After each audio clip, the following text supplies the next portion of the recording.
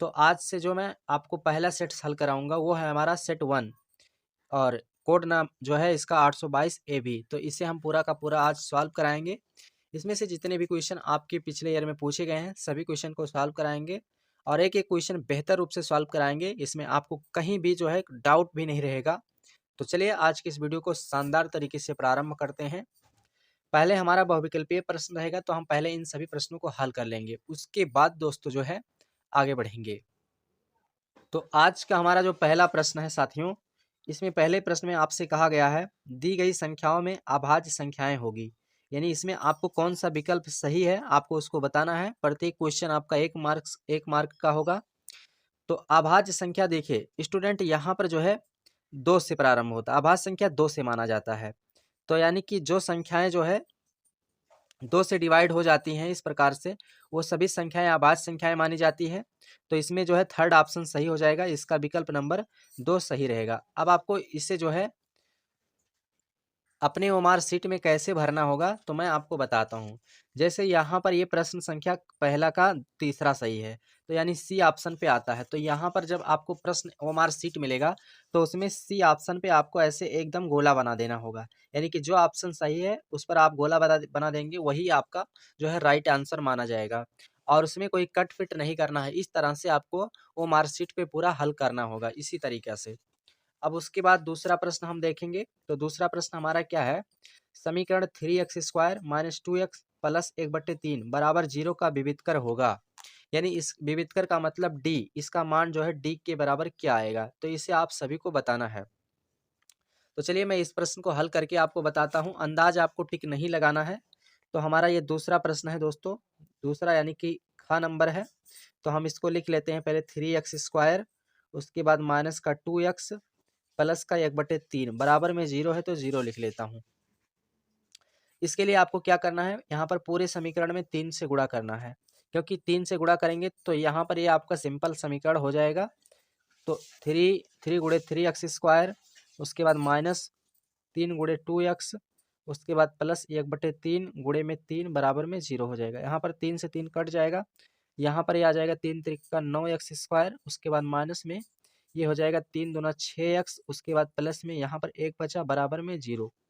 अब उसके बाद इसको आपको व्यापक समीकरण से तुलना करना है। तो व्यापक सूत्र होता है ax² plus bx plus c बराबर 0। इससे आपको क्या करना है, तुलना करना है। तो अगर आप इससे तुलना करेंगे तो यहाँ पर आपको ये बी सी का मान प्राप्त होगा। तो ए का मान आपको क्या प्राप्त होगा, x² के गुणांक में ये की जगह पे 9 लिखा है, तो ए बराबर 9 मिलेगा। उसके बाद बी बराबर x के गुणांक में b की जगह पे -6 लिखा है, माइनस के साथ में चिन्ह को आगे देख करके लिखना है आपको।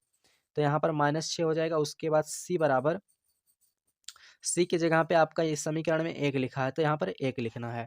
अब आपको विविधकर का मान बताना है। तो विविधकर का सूत्र d बराबर होता है b² माइनस का 4ac, ये होता है आपका। अब इस फार्मूले में वैल्यू को ला करके रख देना है। तो d बराबर b का मान माइनस का 6 है, माइनस का 6 का स्क्वायर माइनस 4 गुणे a का मान आपका 9 है, 9 उसके बाद में गुणे c का मान कितना 1 है, तो 1 लिख देना है। उसके बाद इसको हम कैलकुलेट करेंगे तो 6 36 और माइनस माइनस आपका प्लस हो जाएगा। उसके बाद माइनस 9 चौक 36, वहाँ पर उसके बाद में गुणे में 1 है तो 1 भी लिख दीजिए। गुणे गुणे में सी का मान कितना 1 था, 1 यहाँ पर 1 भी लिखेंगे। उसके बाद इसका गुणा कर दिए हैं आप लोग, तो 36 माइनस 36 हो गया। अब उसके बाद 36 में से 36 को घटाएंगे तो यहाँ पर आपका 0 आ जाएगा। तो आइए अब हम लोग देखते हैं हमारा कौन सा ऑप्शन सही है। तो इसमें भैया हमारा चौथा ऑप्शन सही मिल रहा है। तो यहाँ पर जो है हमारा जो है चौथा विकल्प सही हो जाएगा, यानी कि इसका आंसर 0 आएगा। तो अगर आप इसका स्क्रीनशॉट लेना चाहते हो तो स्क्रीनशॉट भी ले सकते हो। इसी तरह से आपको इसे पूरा हल कर लेना है। चलिए आइए दूसरा प्रश्न देखते हैं। गा नंबर, तो गा नंबर में आपका दिया है साइन ए बराबर 3/5, तो काश ए का मान आपको ज्ञात करना है। तो आइए इस प्रश्न को भी हल करते हैं। हम प्रश्न को लिख लेते हैं। ये हमारा गा नंबर प्रश्न है। आपका दिया गया है साइन ए बराबर 3/5। तो आपसे कह रहा है तो कॉस ए का मान आपको बताना है, क्या आएगा। तो इसमें 4 ऑप्शन दिए गए हैं, तो कौन सा ऑप्शन होगा आपको बताना है। तो पहले आपको इससे सॉल्व करना पड़ेगा। तो इसके लिए आपको क्या करना पड़ेगा, एक समकोण त्रिभुज बनाना पड़ेगा। इस तरह से एक समकोण त्रिभुज बनाना है और इसको नाम जो है ए बी सी इस तरह से देना है आपको। उसके बाद साइन थीटा बराबर होता है लंब बटे कर्ण, यानी कि साइन ए बराबर आपका दिया है 3/5, 3/5 है। तो साइन थीटा बराबर होता है लंब बटे कर्ण, यानी कि लंब का मान दिया है, कर्ण का मान दिया है। अगर कोण यहाँ पर बन रहा है तो इसके सामने वाला लंब ये हो जाएगा, यानी कि लंब का मान 3 है और कर्ण का मान आपका 5 है। तो यहाँ पर आपको आधार का मान पता करना पड़ेगा, तो आपका कास का मान निकल जाएगा। तो कैसे निकल जाएगा, चलिए देखते हैं। तो इसके लिए हम क्या करेंगे, इस त्रिभुज ए बी सी में पाइथागोरस प्रमेय लगाते हैं। पाइथागोरस प्रमेय से, तो पाइथागोरस प्रमेय लगाएंगे तो पाइथागोरस प्रमेय का सूत्र होता है कर्ण का स्क्वायर बराबर लंब का स्क्वायर धन आधार का स्क्वायर। अब इसमें मान को लाकर रखते हैं, तो कर्ण का मान 5 है तो 5 का स्क्वायर बराबर लंब का मान 3 है तो 3 का स्क्वायर प्लस आधार का मान आपका कितना है, तो आधार का मान आपको ज्ञात करना है। आधार ए बी है तो ए बी का मान आपको ज्ञात करना है, इसको रहने देते हैं। ये हो जाएगा 5 25 बराबर 3 त्रिक 9, ये प्लस ए बी का स्क्वायर आपको इसे ज्ञात करना है। 9 को इधर भेज देंगे तो ये हो जाएगा 25 माइनस में 9 हो जाएगा बराबर में ए बी का स्क्वायर इधर आपका बचेगा। 25 में से 9 को घटाएंगे तो आपका 16 आ जाएगा। कितना आ जाएगा, 16 आ जाएगा, यानी कि यहाँ पर आपको 16 बचेगा। तो 16 बराबर ए बी का स्क्वायर, और एक तरफ से स्क्वायर हटाएंगे तो यहाँ पर दूसरी तरफ आपका रूट लग जाएगा 16, और 16 का वर्गमूल प्लस माइनस 4 होता है, यानी 4 यहाँ पर निकल के आ जाएगा। तो यानी कि ए बी बराबर जो है 4 निकल के आ गया, यानी इस कर्ण का मान 4 निकल के आ चुका है। अब आपको यहाँ पर जो है कास का मान निकल जाएगा, तो ध्यान दीजिए कास का मान आपका निकल गया। कॉस थीटा बराबर होता है, मैं आपको एक बार पहले पूरा फार्मूला बता देता हूँ। देखो यहाँ पर इसके लिए एक फार्मूला होता है लाल बटे का, ये चीज़ आपको पता होगा, लाल बटे के ये, यानी कि 3 यहाँ पर आपका 3 अनुपात निकल जाएगा। जैसे कौन कौन सा निकल जाएगा, sine theta, cos theta, tan theta, यहाँ से 3 अनुपात आपका निकल जाएगा। तो साइन थीटा बराबर ये आपका लंब बटे कर्ण हो जाएगा। उसके बाद कॉस थीटा बराबर ये आपका आधार बटे कर्ण हो जाएगा। उसके बाद टेन थीटा बराबर ये आपका लंब बटे आधार हो जाएगा। इस तरह से इसको लगाने से आपका ये पूरा मान निकल जाएगा। और उसके बाद 3 का आपको निकालेंगे तो इसको पलट देंगे, तो जहाँ पर आवश्यकता पड़ेगी तो वहाँ पर उसको भी देख लेंगे। तो कॉस थीटा बराबर आपका फार्मूला आधार बटे कर्ण होता है, तो यहाँ पर हम लगाएंगे आधार बटे कर्ण। तो कॉस ए बराबर यहाँ पर आधार का मान कितना है, 4 आया है, और बटे कर्ण का मान आपका जो है 5 है, तो 5 यहाँ पर लगा देते हैं। अब उसके बाद यहाँ पर कॉस ये का मान हमारा निकल चुका है। तो अब हम लोग देखते हैं कि हमारा ऑप्शन ये ऑप्शन किस किस नंबर में दिया है। तो 4/5 हमारा आंसर आया है। तो 4/5 हम देखते हैं, तो यहाँ पर हमारा दूसरा ऑप्शन सही है, तो ये हमारा राइट आंसर हो जाएगा। इस प्रकार से आपको इसे हल करना है। उसके बाद आते हैं अगले प्रश्न, देखते हैं घ नंबर। इसमें कहा गया दो समरूप त्रिभुजों के क्षेत्रफल 4:9 के अनुपात में है। त्रिभुजों की भुजाओं में अनुपात होगा। त्रिभुजों की भुजाओं में यानी त्रिभुज की भुजाओं का अनुपात क्या आएगा। तो चलिए इसका भी एक फार्मूला होता है, आइए मैं उसको भी आप सभी को बताता हूँ। तो इसके लिए फार्मूला क्या होता है दोस्तों, मैं आपको बताता हूँ। घ नंबर प्रश्न है, यहाँ पर नंबरिंग कर लेते हैं हम। देखिए दो त्रिभुज के क्षेत्रफलों का अनुपात बराबर होता है उनकी संगत भुजाओं के वर्गों का अनुपात।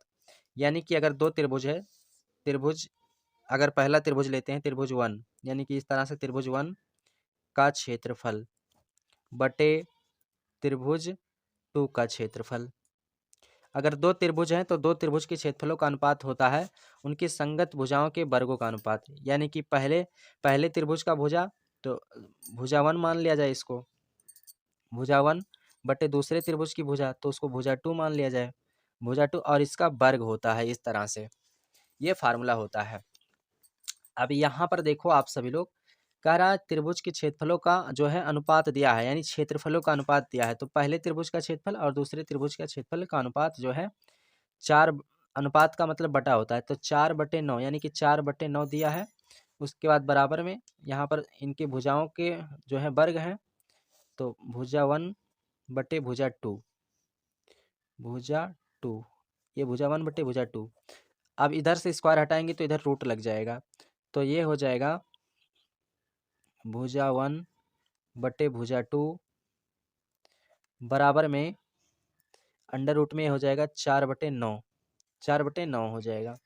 अब यहाँ से इसका जब वर्गमूल होगा तो 4 का वर्गमूल 2 होता है और 9 का वर्गमूल 3 होता है। तो यहाँ से इस प्रकार ये आपका 2:3 यानी 2/3। तो यहाँ पर भुजाओं का अनुपात कितना होगा? 2:3। यहाँ पर फर्स्ट ऑप्शन जो है इसका राइट आंसर हो जाएगा। तो ये आपका जो घ नंबर का जो है फर्स्ट ऑप्शन सही है। आइए उसके बाद अंगा नंबर प्रश्न देखते हैं। इस प्रश्न में कहा गया है 3, 4, 6 तथा यक्स का समांतर माध्य 5 है, तो यक्स का मान ज्ञात कीजिए। बहुत ही सिंपल प्रश्न है। आइए इस प्रश्न को भी हल करते हैं। तो अंगा नंबर प्रश्न है ये हमारा। पहले हम इसमें देखते हैं कुल कितने पद दिए गए हैं। तो 3, 4 उसके बाद 6 और यक्स है। तो आपसे यक्स का मान पूछ भी रहा है, तो यक्स का मान आपको बताना भी है। और यहाँ पर आपसे कह रहा है समांतर माध्य दिया है, यानी कि समांतर माध्य जो है माध्य दिया है कितना है आपका? 5 है। तो 5 मैं यहाँ पर लिख लेता हूँ। समांतर माध्य आपका 5 दिया है तो मैं 5 लिख लिया हूँ। अब देखो इसके लिए फार्मूला होता है। कौन सा फार्मूला होता है? तो समांतर माध्य बराबर होता है, समांतर माध्य बराबर होता है पदों का योग बटे पदों की संख्या, पदों की संख्या, ये फार्मूला होता है। तो समांतर माध्य आपका 5 दिया है तो यहाँ पर मैं 5 लिख लेता हूँ बराबर पदों का योग, यानी कुल कितने पद हैं? तो 3 + 4 + 6 + यक्स, इतना पद दिया है, यानी 4 पद हैं कुल इसमें। तो मैंने चारों का जोड़ लिया, योग कहा है तो जोड़ना पड़ेगा। पदों की संख्या यानी कुल कितने पद हैं? तो 1 2 3 4, 4 पद हैं आपको, तो यहाँ पर 4 लिख देना है। उसके बाद आपको क्या करना है? इसका जो है पहले इसको जोड़ लेना है, इसका तिरछा गुणा कर लेना है। तो 5 बराबर 4 3 7 और 7 और 6 13, तो यहाँ पर हो जाएगा 13। उसके बाद प्लस में यक्स, उसके बाद बटे में 4 है तो 4। अब इसके नीचे बटाई करेंगे, तिरछा गुणा कर देंगे, तो यहाँ पर हो जाएगा 13 + यक्स बराबर 5 चौका 20 हो जाएगा। उसके बाद 13 को इधर भेज देंगे तो यक्स बराबर 20 माइनस में 13 इधर आएगा तो माइनस में हो जाएगा, उधर प्लस में था। तो यक्स बराबर 20 में से अगर आप 13 को घटा देते हैं तो आपका आंसर 7 आ जाएगा। आपका आंसर 7 आ जाएगा दोस्तों। तो यहाँ पर यही यक्स का मान हो गया। तो आपसे प्रश्न में यक्स का मान पूछ भी रहा था, तो यक्स का मान निकल चुका है। तो यहाँ पर आपका जो है थर्ड ऑप्शन सही हो जाएगा। इस तरह से आपको इसे टिक कर लेना है। तो यहाँ पर आपका तीसरा ऑप्शन राइट आंसर है। अब आप अगर इसका स्क्रीनशॉट लेना चाहते हो तो आप इसका स्क्रीनशॉट भी ले सकते हो, कोई दिक्कत नहीं है दोस्तों। प्रत्येक प्रश्न के हल का स्क्रीनशॉट ज़रूर आप लोग ले लिया करें इस तरह से। तो आइए उसके बाद अगला प्रश्न देखते हैं दोस्तों। अगला प्रश्न हमारा क्या है? तो अगला प्रश्न हमारा है 2 बिंदुओं यानी 2, 3 और 4, 1 के बीच की दूरी होगी, यानी बीच की दूरी ज्ञात करना है। तो मैं आपको प्रश्न का फार्मूला भी बता दिया करता हूँ। यहाँ पर देखो, अंशाल्व को हल करने का मतलब होता है दोस्तों कि आपको प्रत्येक चैप्टर के फार्मूले पता होना चाहिए, तभी आप जो है अंशाल्व को सॉल्व कर सकते हैं। तो आप लोग क्या करेंगे, पहले सभी चैप्टर्स के फार्मूले को बढ़िया से याद कर लेना है, उसके बाद अंशाल्व को हल करने बैठना है। तो चलिए अब हम लोग इस प्रश्न को भी हल कर लेते हैं। तो यहाँ पर कोई 2 बिंदु के निर्देशांक दिए हैं। जैसे मान लेता हूँ ये चा प्रश्न है, तो यहाँ पर पहले नंबरिंग कर लेना है। तो कोई 2 बिंदु मान लेता हूँ ये और ये बी, और इनके निर्देशांक आपके दिए गए हैं 2, 3 और दूसरे का निर्देशांक 4, 1। तो इस प्रकार आपका दिया गया है। अब आपको कह रहा है इसके बीच की दूरी बताओ। तो 2 बिंदुओं के बीच की दूरी का सूत्र होता है 2 बिंदुओं के बीच की दूरी इसका सूत्र होता है दोस्तों अंडर रूट में x2 - x1 का होल स्क्वायर प्लस में y2 - y1 का होल स्क्वायर, ये फार्मूला होता है। अब यहाँ पर ये वैल्यू जो है आपको इसको x1 मानना है, इसको y1 मानना है, और इसको x2 मानना है, इसको y2 मानना है।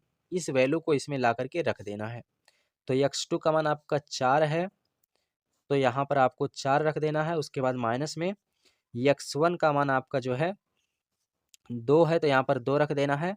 उसके बाद प्लस y2 का मान कितना है, तो y2 का मान 1 है, तो यहाँ पर 1 रख देना है। माइनस में y1 का मान कितना है, तो y2 का मान 1 है और उसके बाद y1 का मान कितना है, 3 है, तो यहाँ पर 3 रख देता हूँ। इस प्रकार अब इसको कैलकुलेट कर लेते हैं हम। तो यहाँ पर इसको हम कैलकुलेट करेंगे तो 4 में से 2 घटाएंगे तो 2 आ जाएगा, स्क्वायर हो जाएगा, प्लस -3 में से +1 को घटाएंगे तो यहाँ पर प्लस माइनस का 2 आएगा, इसका भी स्क्वायर कर देना है। उसके बाद आगे कैलकुलेट करेंगे इसको, तो 2 का स्क्वायर 4 हो जाएगा, प्लस 2 का स्क्वायर 4 हो जाएगा। उसके बाद यहाँ से इसको कैलकुलेट करते हैं तो 4 को 2 जोड़ेंगे तो 8 हो जाएगा। और 8 को दोस्तों मैं क्या लिख सकता हूँ, 2√2 लिख सकता हूँ। क्यों? क्योंकि मैं आपको इसको फैक्टराइजेशन करके बता देता हूँ। जैसे इसको लिख सकता हूँ 2 गुणे 2 गुणे 2, 2 दूना 4 दूना 8, यानी 2 का वर्गमूल बनेगा, जोड़ा बन जाएगा, तो ये 2 बाहर हो जाएगा, लेकिन एक रूट में आपका 2 बच जाएगा, तो 2√2 हम इसको लिख सकते हैं। तो अब हम लोग देखते हैं कि किस विकल्प में हमारा ये ऑप्शन दिया गया है। तो यहाँ पर हमारा 2√2 थर्ड ऑप्शन सही हो जाएगा। तो इसका जो है राइट आंसर थर्ड ऑप्शन होगा। इस प्रकार से आपको इसे सॉल्व करना था। तो आशा करते हैं आप सभी लोग को हल समझ में आया होगा। तो अब हम लोग इधर जो है हमारा अगले टाइप का प्रश्न शुरू होता है। अगला टाइप का प्रश्न हमारा है, दूसरा प्रश्न शुरू होता है। तो पहले इस प्रश्न को पढ़ लिया जाए। प्रश्न में कहा है, यदि द्विघात समीकरण x square minus 2kx minus 6 बराबर 0 का एक मूल 3 है तो k का मान याद कीजिए। बहुत ही सिंपल प्रश्न है दोस्तों, आइए हम लोग इसे हल करते हैं। तो देखो, ये प्रश्न दूसरे का प्रश्न है, तो नंबरिंग करते रहना। देखिए, सबसे पहले हम क्या करते हैं, इस समीकरण को लिख लेते हैं। तो समीकरण हमारा है दोस्तों एक्स स्क्वायर माइनस का 2kx, उसके बाद -6 बराबर 0, और इसका एक मूल जो है आपका दिया है, कह रहा है कि प्रश्न में 3 है। तो इसका एक मूल 3 मैं लिख लेता हूँ, यानी कि एक मूल का मतलब ये जो है यक्स का मान दिया है, तो यक्स का मान मैं यहाँ पर 3 लिख लेता हूँ। तो आपसे के का मान आपसे पूछ रहा है। कितना सिंपल प्रश्न है दोस्तों, अगर थोड़ा सा भी दिमाग लगाएं तो आप बिल्कुल भी हल कर सकते हैं। तो यहाँ पर इस वैल्यू को यहाँ पर रखना है आपको। तो यक्स का मान 3 है, तो यहाँ पर 3 का स्क्वायर, उसके बाद -2 यहाँ पर, उसके बाद गुणे में के है तो के, उसके बाद गुणे यक्स का मान आपका 3 दिया है, तो यहाँ पर 3 लिख लेना है। उसके बाद -6 बराबर में 0 हो जाएगा। ये 3 त्रिक का 9 हो जाएगा, माइनस में 3 दूना 6, तो -6 के, उसके बाद -6, 1 मिनट, 3 त्रिक का 9, यहाँ पर 3 दूना 6 के, और यहाँ पर -6 है, तो 6 बराबर 0 आपको हल कर लेना है। उसके बाद -6 के बराबर में दोस्तों 9 में से 6, देखिए 9 में से अगर आप जो है -6 को घटाते हैं तो यहाँ पर आपका जो है +3 बचेगा, +3 बचेगा, बराबर में 0 है तो 0 लगाएंगे। उसके बाद क्या करेंगे, 6 को के को इधर लाएंगे, तो यहाँ पर इधर ये माइनस में इधर जाएगा तो प्लस में हो जाएगा, तो 3 बराबर, यहाँ पर ये हो जाएगा 3 बराबर में आपका 6 के इधर हो जाएगा। उसके बाद 6 को इधर लाएंगे तो के बराबर 3/6 यहाँ पर ये हो जाएगा, और उसके बाद इसको कैंसिल कर देंगे तो के बराबर 3 दूना 6, यानी कि यहाँ पर के का मान 1/2 आ जाएगा। तो यहाँ पर आपका के का मान 1/2 आ गया दोस्तों। तो यही जो है हमें आपसे प्रश्न में ज्ञात करने के लिए कहा था, तो हमारा प्रश्न का हल यही हो जाता है। तो कितना सिंपल प्रश्न था, बहुत ही आसान था। अगर आपको थोड़ा सा कोशिश करते हैं तो आप लोग खुद ही है इसको हल कर सकते थे। तो चलिए अब हम लोग दूसरा प्रश्न देखते हैं दोस्तों। तो दूसरा प्रश्न हमारा यहाँ पर है, खा नंबर 2 tan 30 अंश प्लस tan स्क्वायर 30 अंश, इसका मान आपको ज्ञात करना है। तो चलिए इसका मान हम लोग ज्ञात करते हैं। यहाँ पर प्रश्न को हमने नोट कर लिया है, अब हम लोग इसको मान रख के कैलकुलेट करेंगे। तो चलिए इस प्रश्न को सॉल्व करते हैं। तो इसके लिए आपको सबसे पहले क्या होना चाहिए दोस्तों, आपको त्रिकोणमिति वैल्यू पता होना चाहिए। तो मैं सब काम तो एक साथ में नहीं कर सकता हूँ, बट लेकिन जो है मैं आपको मान तो बता देता हूँ, जैसे हल भी प्रश्न को कर लूँ और बेसिक भी बता दूँ, तो ये काम तो हर एक साथ तो नहीं हो सकता है। इसलिए इसके लिए आपको फार्मूला याद रखना पड़ेगा, वैल्यू आपको याद रखना पड़ेगा, तभी आप जो है अनसॉल्व में जो है कामयाबी पा सकते हैं हल करने में। तो मैं बता दूं आपको, tan 30 अंश का मान जो होता है 1/√3 होता है। तो 2 गुणे tan 30 अंश का मान, तो 1/√3 होता है। इसको आप चार्ट में जा कर के देख लीजिएगा, 1/√3 होता है। उसके बाद बटे में 1 प्लस tan 30 अंश का मान, तो यानी 1/√3 का स्क्वायर कर देंगे इस प्रकार से। उसके बाद अब हम इसको कैलकुलेट करते हैं, तो कैलकुलेट करेंगे तो ये हो जाएगा इसका गुणा इसमें, तो ये हो जाएगा 2/√3। उसके बाद बटे में यहाँ पर हो जाएगा 1 प्लस ये 1 का स्क्वायर 1 हो जाएगा, और √3 का स्क्वायर जो है 3 हो जाएगा। अब मैं इसको थोड़ा सा अलग जगह पे कैलकुलेट करके आपको बताऊंगा। जैसे 1 प्लस 1/√3 इसको मैं यहाँ पर बटा 1 करूँगा, और इसका एलसीएम ले लूँगा, तो यहाँ पर 3 और 1 का एलसीएम 3 हो जाएगा। फिर 3 का ऊपर गुणा हो जाएगा, तो 3 एक एम 3, उसके बाद प्लस यहाँ से 3 3 कट जाएगा, तो ऊपर 1 बचेगा। तो यहाँ पर इसको हम कैलकुलेट करेंगे तो 3 1 4, तो ये हमारा 4/3 आ जाएगा। यहाँ पर हम मैं 4/3 लिख सकता हूँ। तो ये हो जाएगा हमारा 2/√3, उसके बाद बटे में 1 प्लस 1/√3, इस पूरे की जगह पे 4/3 लिख सकता हूँ। 4/3। अब जब बटे का बटा होता है दोस्तों, तो ये अंदर अंदर गुणा होता है, बाहर बाहर गुणा होता है। तो इस तरह से गुणा हो जाएगा, तो ये हो जाएगा 2 × 3, उसके बाद बटे में यह हो जाएगा 4/√3, इस तरह से, इस प्रकार से प्राप्त हो जाएगा। उसके बाद यहाँ पर क्या करेंगे, 2 दूनिया 4, ये कट जाएगा इससे, तो यहाँ पर आपका प्राप्त हो जाएगा, यहाँ पर आपको प्राप्त होगा 3/2√3। ये वैल्यू आपको यहाँ से प्राप्त हो जाएगा 3/2√3।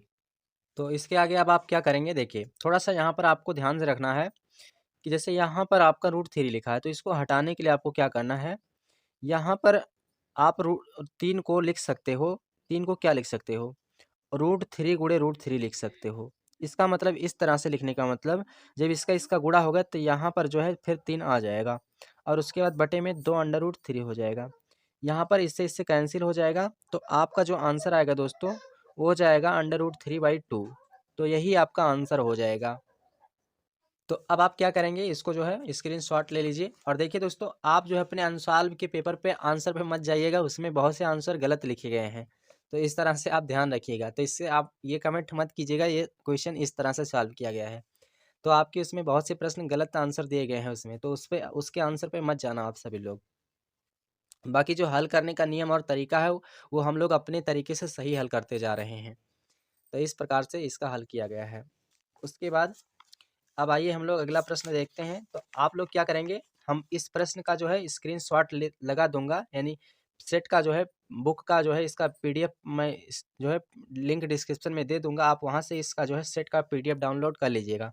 और बाकी हल तो मैं आपको दे ही रहा हूँ, हल तो करा ही रहा हूँ आपको।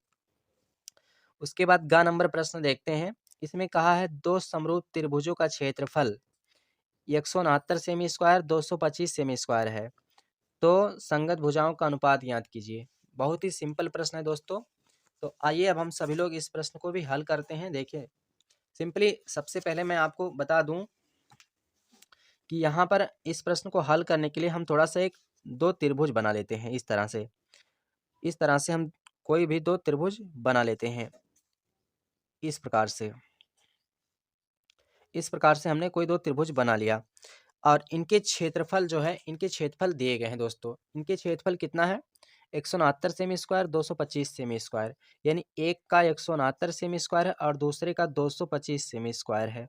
इस प्रकार से दिया गया है। अब आपको क्या करना है, यहाँ पर जो है इसी की सहायता से कह रहा है इनकी संगत भुजाओं का अनुपात ज्ञात कीजिए। तो अभी हमने एक फार्मूले में इसका सूत्र बताया था दोस्तों।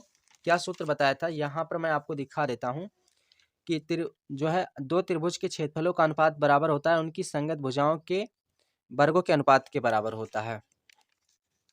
तो यही फार्मूला हम लोग वहां पे भी ले जाकर लगाते हैं। तो देखिए यहाँ पर मैं इसे पहला त्रिभुज मान लेता हूँ और इसे दूसरा त्रिभुज मान लेता हूँ। ठीक, इतना तो आप समझ ही रहे हैं। यहाँ तक समझने में कोई दिक्कत नहीं है दोस्तों। तो यहाँ तक समझने में कोई दिक्कत नहीं है, तो अब आप आगे भी समझ रहे होंगे। ठीक, देखिए तो पहला त्रिभुज है, तो त्रिभुज त्रिभुज यानी पहला त्रिभुज, त्रिभुज 1 का क्षेत्रफल बटे त्रिभुज 2 का क्षेत्रफल, यानी दूसरे त्रिभुज का क्षेत्रफल बराबर में दोस्तों संगत भुजाओं का अनुपात। यानी कि यहाँ पर अगर हम कोई भी नाम दे देते हैं A B C P Q R, इस तरह से, तो यहाँ पर कोई भी संगत भुजा ले सकते हैं, क्योंकि त्रिभुज समरूप होता है तो उनकी सभी संगत भुजाएं समानुपातिक होती हैं। तो यहाँ पर एक संगत भुजा ले लेते हैं ए बी, ए बी बटे बटे में, अब इस त्रिभुज के संगत भुजा इस त्रिभुज का क्या हो जाएगा, पी क्यू हो जाएगा। तो यहाँ पर पी क्यू लिख देता हूँ, और यहाँ पर इसका वर्ग होता है तो वर्ग लगाना है आप सभी को। उसके बाद वैल्यू को यहाँ पर ला करके रखते हैं, तो इनका क्षेत्रफल 169, उसके बाद बटे में दूसरे त्रिभुज का क्षेत्रफल 225 है, तो दूसरे त्रिभुज का क्षेत्रफल यहाँ पर 225 लिख देता हूँ। उसके बाद बराबर में ए बी बटे पी क्यू, और इसका स्क्वायर है, स्क्वायर कर देना है। इधर से स्क्वायर हटाएंगे, इधर रूट लग जाएगा, तो ये हो जाएगा ए बी बटे पी क्यू। उसके बाद बराबर में अंडर रूट में ये हो जाएगा 169, उसके बाद बटे में 225 हो जाएगा दोस्तों। उसके बाद ए बी बटे पी क्यू बराबर में 169 का वर्ग, यानी कि 169 और 225 का वर्ग अगर आप निकाल देंगे दोस्तों, तो आपको पता है 13 13 में 169 होता है, और तो यहाँ पर इसका वर्गमूल हो जाएगा 169 का, अभी हमने आपको बताया 13, और 225 का वर्गमूल 15 15 225। तो इस तरह से जो है इनकी संगत भुजाएं निकल के आ जाती हैं दोस्तों। तो यही इसका राइट आंसर हो जाएगा। इसी प्रकार से आपको इसे हल करना था। तो आशा करते हैं आप सभी लोग इस प्रश्न का भी हल समझ चुके होंगे। उसके बाद अब हम लोग दूसरा प्रश्न देखते हैं। इसमें दूसरा प्रश्न क्या है, घ नंबर। देखो इसमें सभी प्रश्न 2 नंबर के हैं दोस्तों, तो थोड़ा ध्यानपूर्वक हल करना आप सभी लोग। इसमें कहा 12 व्यक्तियों का समांतर माध्य 45 किग्रा है, उनके भारों का योगफल ज्ञात कीजिए। तो इसका सूत्र होता है दोस्तों, इसका सूत्र होता है संख्या गुणे, देखिए मैं आपको बता देता हूँ। यहाँ पर पहले प्रश्न को हल करने के लिए नंबरिंग कर देता हूँ। घ नंबर है, और किसका घ नंबर है, दूसरे प्रश्न का घ नंबर है। तो मैं फार्मूला आपको सबसे पहले बता देता हूँ दोस्तों। फार्मूला होता है भारों का योगफल, भारों किसी भी चीज के भारों का योगफल बराबर होता है दोस्तों। इसके लिए फार्मूला होता है संख्या गुणे होता है समांतर माध्य, संख्या गुणे समांतर माध्य, ये फार्मूला होता है दोस्तों। तो जब भी प्रश्न में आपसे पूछेगा कि भारों का योगफल, किसी भी प्रश्न में, तो आपको यही फार्मूला लगाना है। तो यहाँ पर जो है देखेंगे हम पहले व्यक्तियों की संख्या कितना है, 12 व्यक्ति हैं। तो 12 व्यक्ति हैं, तो यानी कि यहाँ पर संख्या कितना है दोस्तों, संख्या यानी कुल मिलाकर n कह सकते हैं। तो संख्या बराबर आपका 12 है। और उसके बाद दोस्तों समांतर माध्य कितना है, तो समांतर माध्य को भी लिख लेता हूँ। तो समांतर माध्य आपका जो है दोस्तों, ये आपका 45.6 किग्रा है। यहाँ पर देख सकते हैं आप सभी लोग 45.6 किग्रा। अब हम इसमें फार्मूले में वैल्यू को ला करके रख देते हैं। तो संख्या कितना है आपका 12, उसके बाद गुणे में समांतर माध्य कितना 45.6। अब इस पूरे का अगर आप गुणा कर देते हैं दोस्तों, तो आपका आंसर पूरा का पूरा निकल के आ जाएगा। यानी जैसे आप गुणा करेंगे तो पूरा का पूरा आंसर आपका राइट रूप से निकल जाएगा। तो अब आप बताओ यहाँ पर गुणा करने पर इसका टोटल आंसर कितना आएगा। तो इसका आंसर आएगा 547। तो यहाँ पर आंसर मैं लिख लेता हूँ 547.2 किग्रा। इस तरह से ये पूरा हल हो जाता है। तो आशा करते हैं आप सभी लोग इस प्रश्न का हल समझ गए होंगे। तो आप इसका भी स्क्रीनशॉट ले सकते हो। उसके बाद फिर अगला प्रश्न देखते हैं। तो अब आइए अगले प्रश्न की तरफ बढ़ते हैं दोस्तों। तो यहाँ पर प्रश्न संख्या 3 देख रहे होंगे आप सभी। तो प्रश्न संख्या 3 में पहला प्रश्न आपका है, अभाज्य गुणनखंड विधि द्वारा 96 और 404 का HCF LCM ज्ञात कीजिए। तो चलिए आइए इस प्रश्न को भी हल करते हैं हम सभी लोग। तो ये हमारा प्रश्न संख्या दोस्तों तीसरे का है। तो तीसरे के प्रश्न को सॉल्व करते हैं। ध्यान रखिए दोस्तों, मैं आप सभी को इस प्रश्न का पीडीएफ जो है यहाँ पर जो सेट है, इसका पीडीएफ जो है लिंक डिस्क्रिप्शन में दे दूंगा, वहां से आप जाकर डाउनलोड कर लीजिएगा। बाकी हल तो मैं आप सभी को करा ही रहा हूं, तो आप लोग हल वहां से कर लीजिएगा। उसके बाद अब हम लोग इस प्रश्न को हल करते हैं। तो सबसे पहले हम क्या करते हैं, दोनों संख्याओं को लिख लेते हैं। तो दोस्तों यहाँ पर मैंने संख्याओं को लिख लिया है, 96 है और दूसरा संख्या हमारा 404 है। तो सबसे पहले हमें क्या करना है, इसका गुणनखंड करना होगा। तो चलिए इसका गुणनखंड पहले हम कर लेते हैं दोस्तों। तो पहले 96 का गुणनखंड कर लेते हैं, 96 का करेंगे। उसके बाद 404 का गुणनखंड करेंगे। तो इसको हमें काटना होगा। तो पहले चलिए 2 से काटते हैं दोस्तों, तो 2 से काटेंगे तो यहाँ पर आपका 48 आ जाएगा। उसके बाद फिर 2 से काटेंगे तो यहाँ पर आपका 24 आ जाएगा। फिर 2 से कटेगा तो यहाँ पे 12 आ जाएगा। फिर 2 से कटेगा तो यहाँ पर 6 आ जाएगा। फिर 2 से कटेगा तो यहाँ पर आपका 3 आ जाएगा।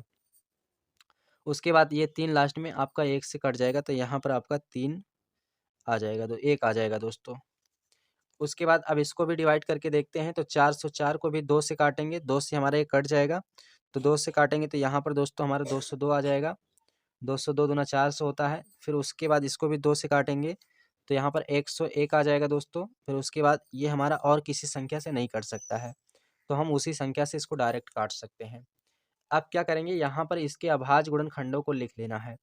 यानी 196 का जो गुणनखंड है ये है दोस्तों 2, कितनी बार आया है 2 गुणे 2 गुणे 2, उसके बाद गुणे 2, यानी यहाँ पर 2 2 4 और एक 5 बार 2 है, तो इसको भी लिख लेता हूँ। एक बार 3 है, इसको भी लिख लेता हूँ।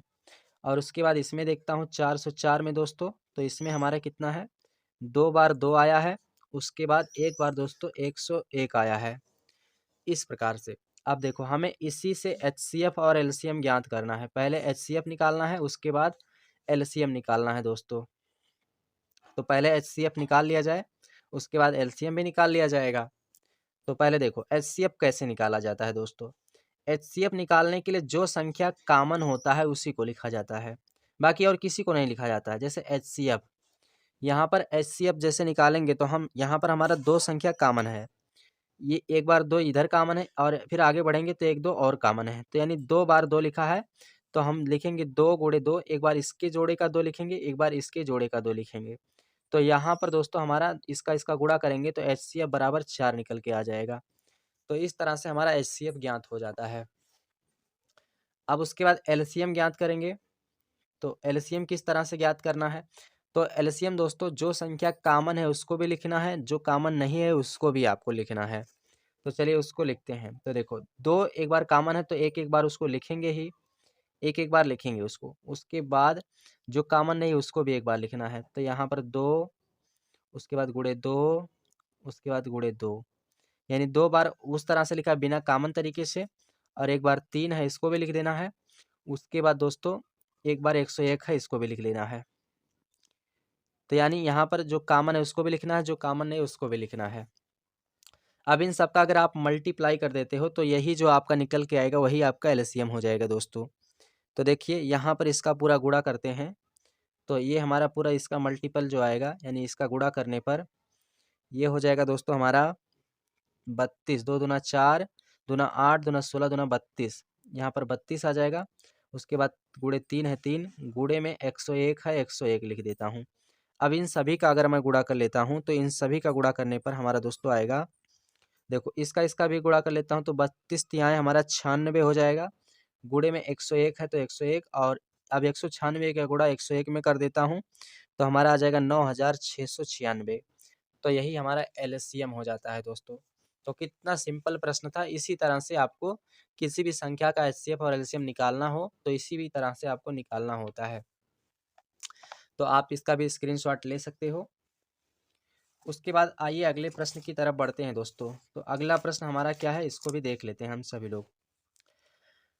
अगला खा प्रश्न हमारा कहा है के किस मान के लिए रैखिक समीकरण के एक्स प्लस 3y माइनस में के माइनस 3 बराबर 0। उसके बाद दूसरा है 12x प्लस के वाई माइनस के एक युग्म के लिए अपरिमित रूप से अनेक हल होगा। तो चलिए आइए इसको हल करके देख लेते हैं कि किस मान के लिए होगा। तो सबसे पहले दोस्तों क्या करते हैं, समीकरण को लिख लेते हैं। समीकरण हमारा है, पहला समीकरण हमारा के एक्स, ये हमारा प्रश्न संख्या तीसरे का खा है। समीकरण हमारा दिया है के एक्स, उसके बाद में प्लस का 3y, उसके बाद माइनस का के माइनस 3, इस तरह से दिया है। बराबर में 0 है तो 0 लिख लेता हूँ। उसके बाद दूसरा समीकरण हमारा है 12x प्लस का के वाई, उसके बाद में माइनस का के बराबर में 0 है, इस तरह से दिया गया है दोस्तों। अब यहाँ पर आपको करा के कि किस मान के लिए हल अपरिमित है। तो चलिए पहले हम के का मान जो है निकालने के लिए अपरिमित रूप से अनेक हल का सूत्र लगाएंगे। पहले इनकी मान को निकाल लिया जाए। तो इनके मान को निकालने के लिए आपको व्यापक समीकरण का सहायता लेना पड़ेगा। तो व्यापक समीकरण a1x plus b1y plus c1 बराबर 0 होता है दोस्तों। उसके बाद दूसरा a2x plus b2y plus c2 बराबर 0 होता है। यहाँ पर हम जो है तुलना करके मान निकालेंगे। तो तुलना करके मान किस तरह से निकालते हैं, देखो इस समीकरण की तुलना पहले वाले की पहले वाले से करेंगे और दूसरे की दूसरे वाले से करेंगे। ठीक, तो x के जगह पे a1 के जगह पे k लिखा है। तो यहाँ पर मैं लिख लेता हूँ x के गुणांक में a1 की जगह पे k लिखा है। तो यहाँ पर हमारा जो वैल्यू प्राप्त होगा a1 बराबर k प्राप्त होगा दोस्तों। यहाँ पर मैं लिख लेता हूँ तुलना करने पर इस तरह से। अब उसके बाद देखो आप सभी लोग, उसके बाद a2 की वैल्यू निकालते हैं, सॉरी b1 की वैल्यू निकालते हैं। तो b1 बराबर y के जगह पे, देखो y के गुणांक में b1 की जगह पे 3 लिखा है तो 3 लिख देता हूँ। उसके बाद c1 बराबर c1 के जगह पे k-3 और आगे माइनस है तो माइनस में लिखेंगे, माइनस में k-3 है, इसको लिख देना है। उसके बाद a2 के जगह पे देखते हैं दोस्तों, तो a2 के जगह पे कितना x के गुणांक में 12 लिखा है। उसके बाद b2 के जगह पे क्या लिखा है, y के गुणांक में दूसरे समीकरण से देखिए तो k लिखा है। उसके बाद c2 बराबर दूसरे समीकरण में c2 के जगह पे क्या लिखा है, माइनस k लिखा है। इस तरह से पूरा मान आपने डिनोट कर लिया है। तो पूरा मान आपने अगर डिनोट कर लिया है तो इस प्रश्न में कहा गया है अपरिमित रूप से अनेक हल होंगे। तो यहाँ पर इसके लिए सूत्र होता है, यदि समीकरण का अपरिमित रूप से अनेक हल हो तो इसके लिए सूत्र होता है, यहाँ पर लिख देता हूँ मैं, यदि समीकरण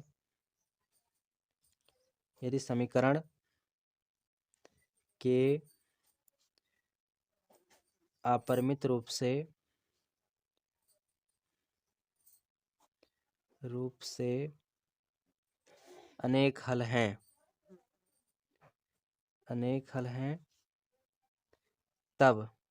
अनेक हल हैं तब इसके लिए सूत्र होता है a1/a2 बराबर में b1/b2 बराबर में c1/c2, ये सूत्र होता है। अब इस सूत्र में मान को पूरा ला करके रखना है आपको। तो a1 का मान देखो k है, यहाँ पर a1 के जगह पे k है तो k रख दो। उसके बाद a2 के जगह पे 12 है तो 12 रख दो। उसके बाद बराबर में b1 की जगह पे कितना है, b1 की जगह पे 3 है तो 3 रख दो। उसके बाद b2 की जगह पे कितना है, तो b2 की जगह पे k है तो k रख दो। उसके बाद बराबर में c2 की जगह पे दोस्तों, तो c1 की जगह पे माइनस में k-3 है। उसके बाद बटे में c2 की जगह पे माइनस का k है। इस तरह से इसको रख दीजिएगा। यहाँ पर माइनस से माइनस कट जाएगा तो यहाँ पर आपको जो है किसी भी एक वैल्यू को लेकर के हल कर सकते हो, चाहे आप इसको लेकर हल कर लो या फिर चाहे इसको लेकर हल कर लो, आपका आंसर राइट आएगा। तो हम इसको लेकर हल कर लेते हैं। तो k/12, उसके बाद बराबर में 3/k, तिरछा गुणा कर देता हूँ दोस्तों। तो k का गुणा k में होगा तो k² बराबर में 12 का गुणा 3 में होगा तो 12×3 = 36 हो जाएगा। उसके बाद इधर से स्क्वायर हटेगा तो इधर रूट लग जाएगा और 36 का वर्गमूल आपको पता है कि क्या होता है, 6 होता है। तो यहाँ पर आप जो है दोस्तों 6 लिख सकते हैं, प्लस माइनस का 6 लिखा जाएगा क्योंकि रूट वाली वैल्यू प्लस माइनस में लिखी जाती है। तो यहाँ पर k का मान आपका जो आएगा वो 6 निकल के आएगा दोस्तों। तो इस प्रकार से इस प्रश्न का हल हो जाता है।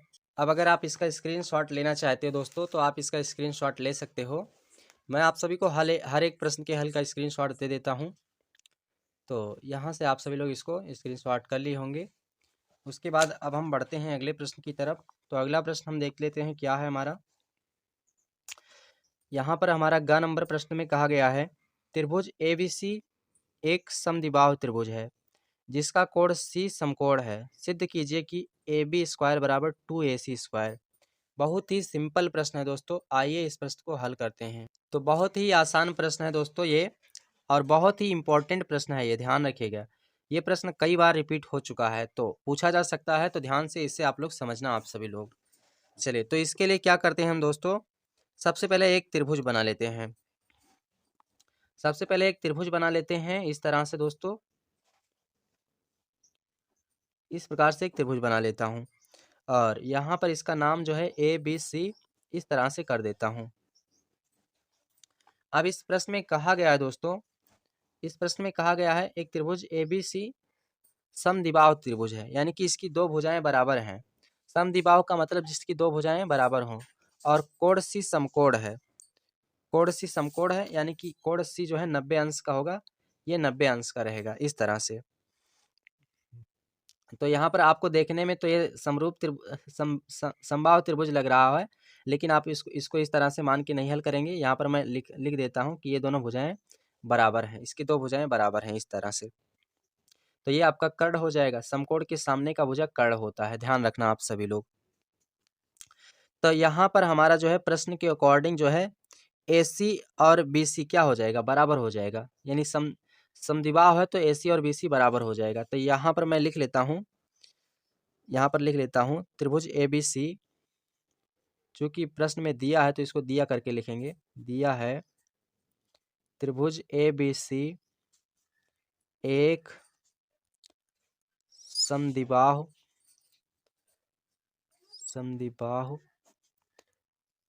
त्रिभुज है, और समद्विबाहु त्रिभुज है दोस्तों, समद्विबाहु त्रिभुज है जिसका कोण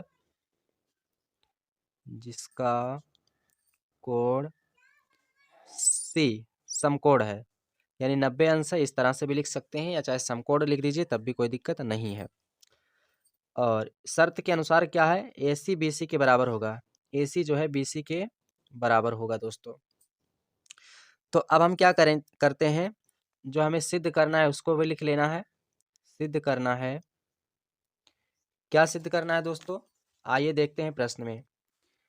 AB स्क्वायर बराबर 2AC स्क्वायर, AB स्क्वायर बराबर 2AC स्क्वायर, यही हमें सिद्ध करना है। तो इसको सिद्ध करने के लिए हम क्या करते हैं, इस त्रिभुज ABC में लगाते हैं पाइथागोरस प्रमेय। तो त्रिभुज ABC में पाइथागोरस प्रमेय से,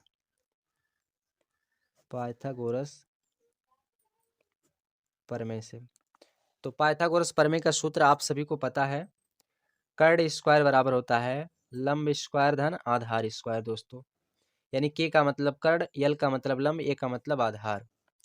इस त्रिभुज में कर्ण देखो, समकोण के सामने वाला भुजा कर्ण होता है, यानी समकोण यहाँ पर ये है तो इसके सामने वाला भुजा कर्ण आपका AB हो जाएगा। तो AB का स्क्वायर बराबर में दोस्तों लंब आपका क्या हो जाएगा, यहाँ पर हो जाएगा AC, तो AC का स्क्वायर बराबर नहीं प्लस आधार क्या हो जाएगा आपका BC हो जाएगा, तो यहाँ पर BC का स्क्वायर इस तरह से।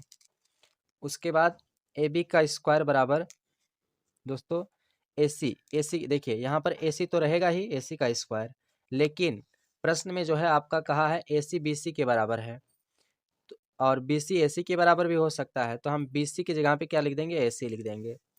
तो यहाँ पर AC लिख देंगे, इसका भी स्क्वायर हो जाएगा। तो AB का स्क्वायर बराबर दोस्तों इसको जोड़ेंगे तो AC स्क्वायर 2AC स्क्वायर हो जाएगा। इस तरह से ये प्रश्न हल हो जाता है। तो यही आपको इस प्रश्न में सिद्ध करना था। तो कितना सिंपल था दोस्तों, यहाँ पर आप लिख देंगे यही सिद्ध करना था, यही सिद्ध करना था। तो इस प्रकार से आपका ये सिद्ध हो जाता है दोस्तों। तो अब आप अगर आप चाहें इसका भी स्क्रीनशॉट ले सकते हैं दोस्तों, अगर आप चाहते हैं इसका भी स्क्रीनशॉट लेना तो स्क्रीनशॉट ले सकते हो इस प्रकार से। चलिए उसके बाद अगले प्रश्न की तरफ बढ़ते हैं दोस्तों। तो अगला प्रश्न हमारा है घ नंबर प्रश्न, एक बेलन आधार की त्रिज्या 4 सेंटीमीटर है और ऊंचाई 14 सेंटीमीटर है, बेलन का वक्र पृष्ठीय क्षेत्रफल ज्ञात कीजिए। तो आइए इस प्रश्न को भी हल करते हैं। तो सबसे पहले हम फिगर बना लेते हैं दोस्तों।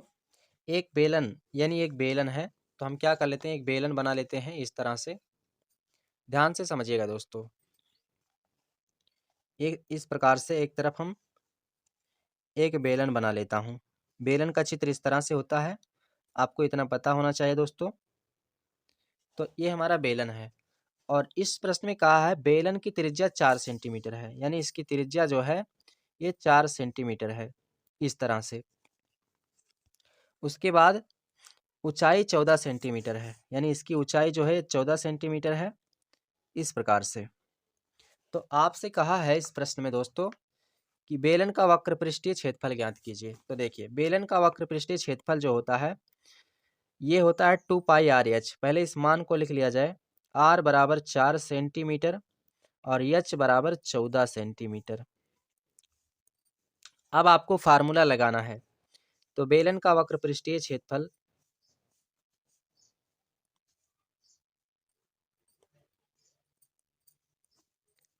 ये फार्मूला होता है दोस्तों 2πr/h। इसमें मान को ला करके रखते हैं तो 2 गुणे पाई का मान 22/7, उसके बाद गुणे में r का मान आपका 4 है, गुणे h का मान आपका 14 है। इसको इससे काट देंगे, 7 दूना 14 यानी 2 आ जाएगा। उसके बाद दोस्तों यहाँ पर इसका हम गुणा कर देंगे तो 22 दूना 44, तो यहाँ पर हो जाएगा 2 गुणे, यहाँ पर इसको हम काटेंगे 7 दूना 14 तो यहाँ पर 2 आ जाएगा। उसके बाद 22 दूना 44, 44 गुणे 4 तो यहाँ पर 4 है, इसको भी लिख देना। उसके बाद इसका गुणा कर लेते हैं तो 4 दूना 8 गुणे 44। अब उसके बाद 44 का गुणा 8 में करते हैं दोस्तों तो आपका आ जाएगा आंसर 352 सेमी स्क्वायर। तो इस तरह से ये क्षेत्रफल निकल जाएगा। तो बस ये कितना सिंपल और कितना आसान प्रश्न था दोस्तों। आशा करते हैं आप सभी लोग पूरा समझ चुके होंगे। तो आप सभी लोग इसका भी स्क्रीनशॉट लेना चाहते हो तो स्क्रीनशॉट ले सकते हो। तो आइए दोस्तों अब अगला प्रश्न देखते हैं। तो अब हम लोग प्रश्न संख्या चौथे पे पहुंच चुके हैं। तो चौथे प्रश्न में पहला प्रश्न आपसे बोला गया है दोस्तों, HCF 306 657 का 9 दिया है, यानी इन दोनों संख्याओं का HCF 9 दिया है। तो कह रहा है इन दोनों संख्याओं का LCM बताओ आप सभी लोग। तो सबसे पहले जो दिया है मैं उसको लिख लेता हूँ। यहाँ पर ये जो है आपका प्रश्न संख्या 4 का पहला प्रश्न है। तो यहाँ पर मैं क्या करता हूँ, 306 कामा 657 इसका HCF इसका HCF आपको 9 दिया है। तो कह रहा है इसका LCM बताओ। तो इन दोनों का LCM आपसे ज्ञात करने के लिए पूछ रहा है। तो इसके लिए फार्मूला होता है दोस्तों, मैंने पिछले भी कई वीडियो में इस प्रश्न को हल कर चुके हैं, बता चुके हैं, फिर भी यहाँ पर बता रहा हूँ। तो इसका सूत्र होता है, अगर दो संख्याएं इस तरह से दिया हों तो इसके सूत्र होता है पहली संख्या गुणे दूसरी संख्या बराबर होता है HCF गुणे LCM। ये फार्मूला होता है दोस्तों इस तरह से। अब इसमें मान को ला करके रखना है। तो पहली संख्या आपका 306 है, गुणे दूसरी संख्या आपका 657 है, बराबर में HCF आपका 9 दिया है, 9 गुणे LCM आपसे ज्ञात करने के लिए कह रहा है। फिर 9 को इधर पक्षांतर कर देंगे आप सभी लोग, तो यहाँ पर LCM बराबर हो जाएगा, इधर ही आएगा बटे में हो जाएगा। तो 306 गुणे में 657, उसके बाद बटे में दोस्तों आपका हो जाएगा 9। अब यहाँ पर आपको इससे डिवाइड करना है। तो यहाँ पर आपको क्या करना है, इसको इससे कैंसिल कर देना है। तो यहाँ पर 9 से 306 में भाग कर देंगे तो 36 आ जाएगा। तो यहाँ पर LCM बराबर आपका हो जाएगा 36 गुणे 657, और इसका अगर आप गुणा कर देंगे 36 का 657 में तो यह आपका आ जाएगा 22,338। यही इस प्रश्न का उत्तर हो जाएगा। तो इस प्रकार से आपको इस प्रश्न को हल कर लेना है आप सभी को। बहुत ही सिंपल प्रश्न है, आशा करते हैं आप सभी लोग समझ रहे होंगे। तो आइए अगले प्रश्न की तरफ बढ़ते हैं दोस्तों। अगला प्रश्न हमारा है खा नंबर 3, यदि sin 3a बराबर cos a माइनस 26 अंश हो तो जहाँ 3a न्यून कोण है तो ये का मान आपको ज्ञात करना है। बहुत ही आसान प्रश्न है दोस्तों। सबसे पहले मान को लिख लेते हैं दोस्तों। जो यहाँ पर आपका मान दिया है 3 साइन 3a बराबर आपका दिया है दोस्तों कॉस a माइनस 26 अंश, इस तरह से दिया गया है। तो यहाँ पर आपसे a का मान पूछ रहा है, तो a का मान किस तरह से ज्ञात करना है। तो इसके लिए आपको पहले दोस्तों कुछ फार्मूले याद होने चाहिए। मैं कोशिश करूंगा कि अगले वीडियो में त्रिकोणमिति के सभी फार्मूले को एक ही वीडियो में बता दिया जाए। तो आप सभी लोग तब तक के लिए आज के लिए सॉरी चाहते हैं, आज किसी प्रकार किसी से समझिए। ऐसे फार्मूला होता है साइन 90 माइनस थीटा बराबर कॉस थीटा, ये फार्मूला होता है। उसके बाद कॉस 90 माइनस थीटा बराबर होता है साइन थीटा। अच्छा, इतना आपको पता होना चाहिए। दो फार्मूले अगर आपको पता है तो यहाँ से आपका पूरा प्रश्न हल हो जाएगा, क्योंकि यहाँ पर साइन कास का संबंध है, तो साइन कास का फार्मूला हमें याद होना चाहिए। तो देखिए दोस्तों, यहाँ पर साइन 3a है, तो साइन 3a की जगह पे हमें इसको चेंज करना होगा, क्योंकि इधर कास है तो इधर वाले को भी हमें कास के रूप में ही बदल के लाना है। तो हम यहाँ पर कौन सा फार्मूला लगाएंगे, आप लोग बता सकते हैं। तो यहाँ पर मैं यही फार्मूला लगाता हूँ, ताकि हमारा ये चेंज होके इस रूप में आ जाए दोस्तों। तो हम क्या करते हैं, यहाँ पर लिख देते हैं कॉस, कॉस क्या लिखते हैं दोस्तों, 90 माइनस लिखेंगे तो चेंज नहीं होगा। तो हम क्या करेंगे, तो जिस तरह से इधर लिखा है उसी तरह से लिखेंगे। तो यहाँ पर 90, यहाँ पर 90 लिखेंगे, माइनस में थीटा के जगह पे 3a है तो 3a लिख देता हूँ। बराबर में इधर आपको कोई चेंजिंग नहीं करना है, तो ये हो जाएगा कॉस a माइनस 26 अंश। इस प्रकार से कास से कास दोनों तरफ हट जाएगा, यानी इसको आप काट नहीं सकते, ये हट जाएगा, दोनों तरफ हो जाता है तो। बट लेकिन समझाने के तौर पे मैंने इसको काट के दिखा दिया हूँ। तो यहाँ से आपका बचेगा 90 माइनस 3a बराबर में a माइनस 26 अंश, ये वैल्यू आपका बचेगा। तो अब आपको क्या करना है, देखो यहाँ से आपको क्या करना है, ये को इधर लाना है, 26 को इधर लाना है। तो 90 26 इधर आएगा तो प्लस में हो जाएगा। उसके बाद इधर ये है तो इधर ए लिखना है, और ये इधर आएगा 3 माइनस 3a तो इधर आएगा प्लस 3a हो जाएगा। इस प्रकार से 90 और 26 को अगर आप जोड़ लेते हैं तो 116 हो जाएगा दोस्तों। बराबर में ये को जोड़ेंगे तो ये 4a हो जाएगा। इस प्रकार उसके बाद क्या करेंगे, अब 4 को इधर भेज देंगे तो ये बराबर दोस्तों 116 बटे में यहाँ पर 4 हो जाएगा, इधर गुणे में था।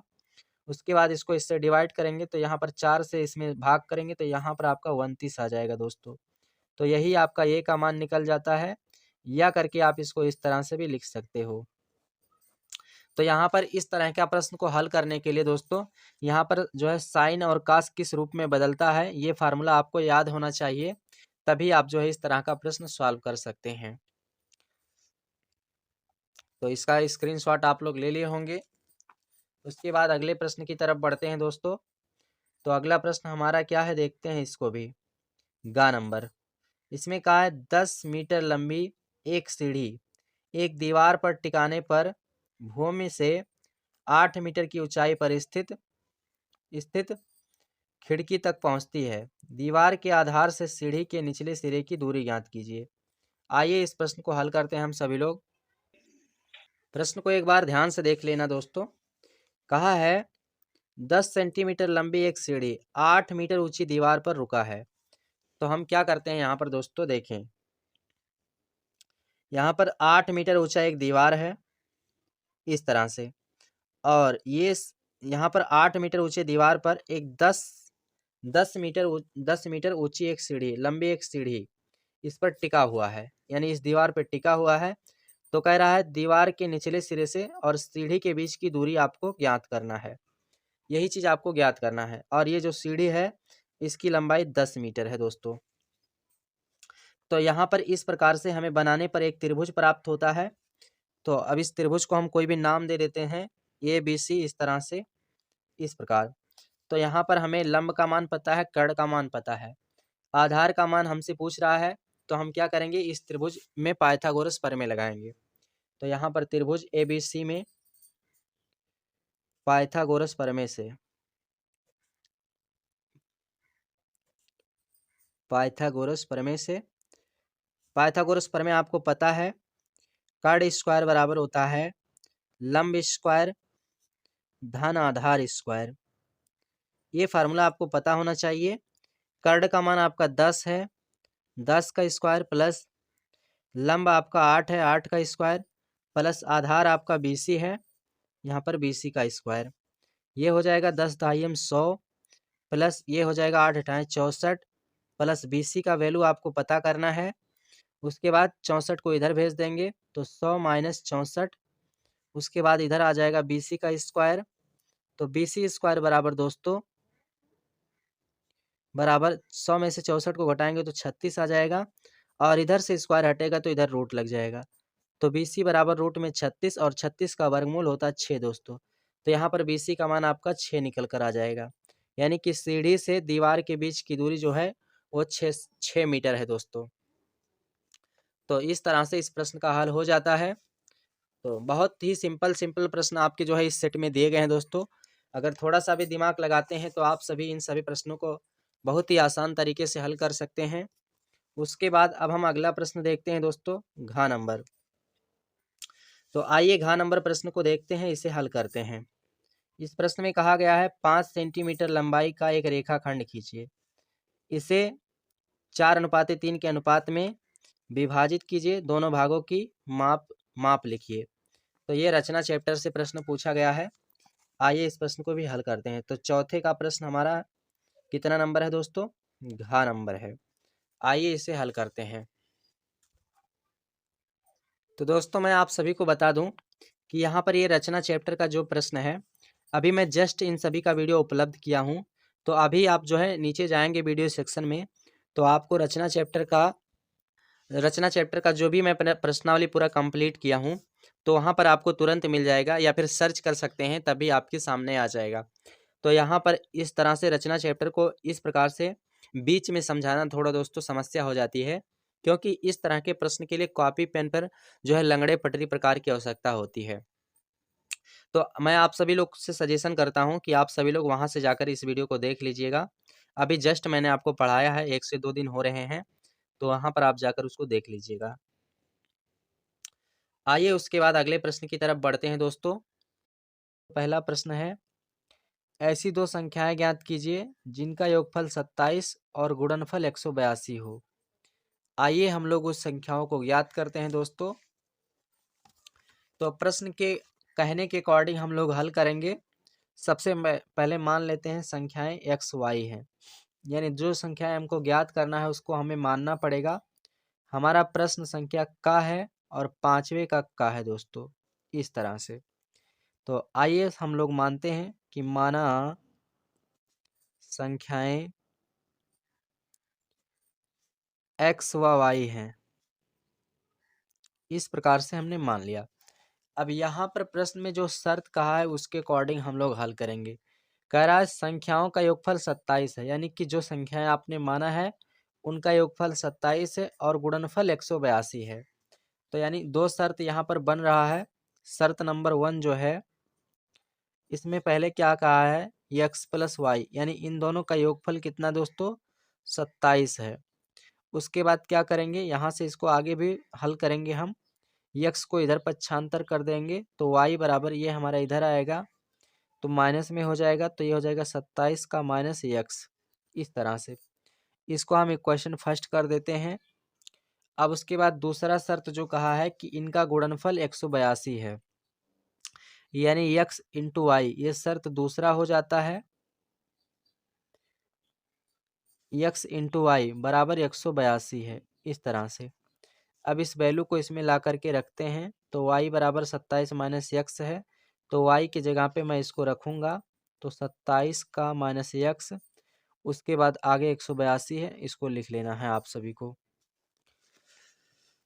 इसको कैलकुलेट कीजिए आप सभी लोग। इसका गुणा एक बार इसमें करेंगे, एक बार इसमें करेंगे, तो ये हो जाएगा 27x, उसके बाद माइनस का x स्क्वायर बराबर में 182। इस पूरे पद को इधर पक्षांतर कर देना है आप सभी को, तो इधर जो वैल्यू माइनस में है वो प्लस में हो जाएगा, जो प्लस में है वो माइनस में हो जाएगा। तो ये हो जाएगा x स्क्वायर माइनस का 27x, उसके बाद प्लस का 182 अपनी जगह पे लिखा रहने दीजिए। समीकरण बनने के बाद आपको उसके बराबर 0 लिखना होता है। अब उसके बाद इसका गुणनखंड करेंगे तो आपका मान निकल जाएगा। इसका गुणनखंड करेंगे तो गुणनखंड का नियम होता है कि पहले इस लास्ट वाले पद को और यहाँ पर एक्स स्क्वायर के गुणांक में पहले पद जो होता है इसका गुणा कीजिए और गुणा करने के बाद जोड़ घटा करके बीच वाले के बराबर लाइए। तो यहाँ पर हो जाएगा एक्स स्क्वायर माइनस का, अगर आप 14x और 13x इसको जोड़ लेंगे तो यहाँ पर 27x इसके बराबर आ जाएगा और 14 और 13 का गुणा कर लेंगे तो 182 आ जाएगा। उसके बाद प्लस 182 है, 182 बराबर में 0 कर दीजिए।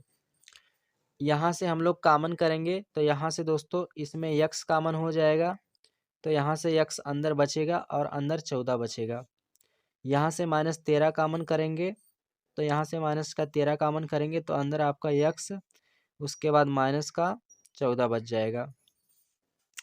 बराबर में 0 लगाते रहिए। उसके बाद इसको एक ब्रैकेट में लिख लीजिए, x -13 एक ब्रैकेट में हो जाएगा। उसके बाद x -14 एक ब्रैकेट में आ जाएगा। इस प्रकार से यहाँ पर x के दो वैल्यू प्राप्त होते हैं।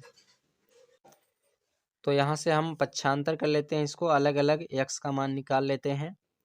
तो एक बार x -13 बराबर 0 रख के हल करना है तो यहाँ पर x बराबर प्लस का 13 प्राप्त होगा।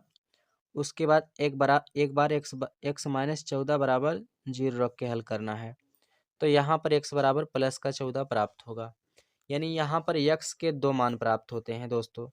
तो यहाँ पर x के दो मान प्राप्त होते हैं तो इस प्रकार से आपको इन दोनों को लिख लेना है। उसके बाद अब y का मान प्राप्त करना है तो जो x का मान प्राप्त हुआ है उसे आप समीकरण 1 में रख सकते हैं। तो यहाँ पर मैं क्या करूँगा, लिख लेता हूँ कि x का मान समीकरण 1 में रखने पर x का मान समीकरण 1 में रखने पर, तो यहाँ पर समीकरण 1 आपका है y बराबर 27 माइनस x।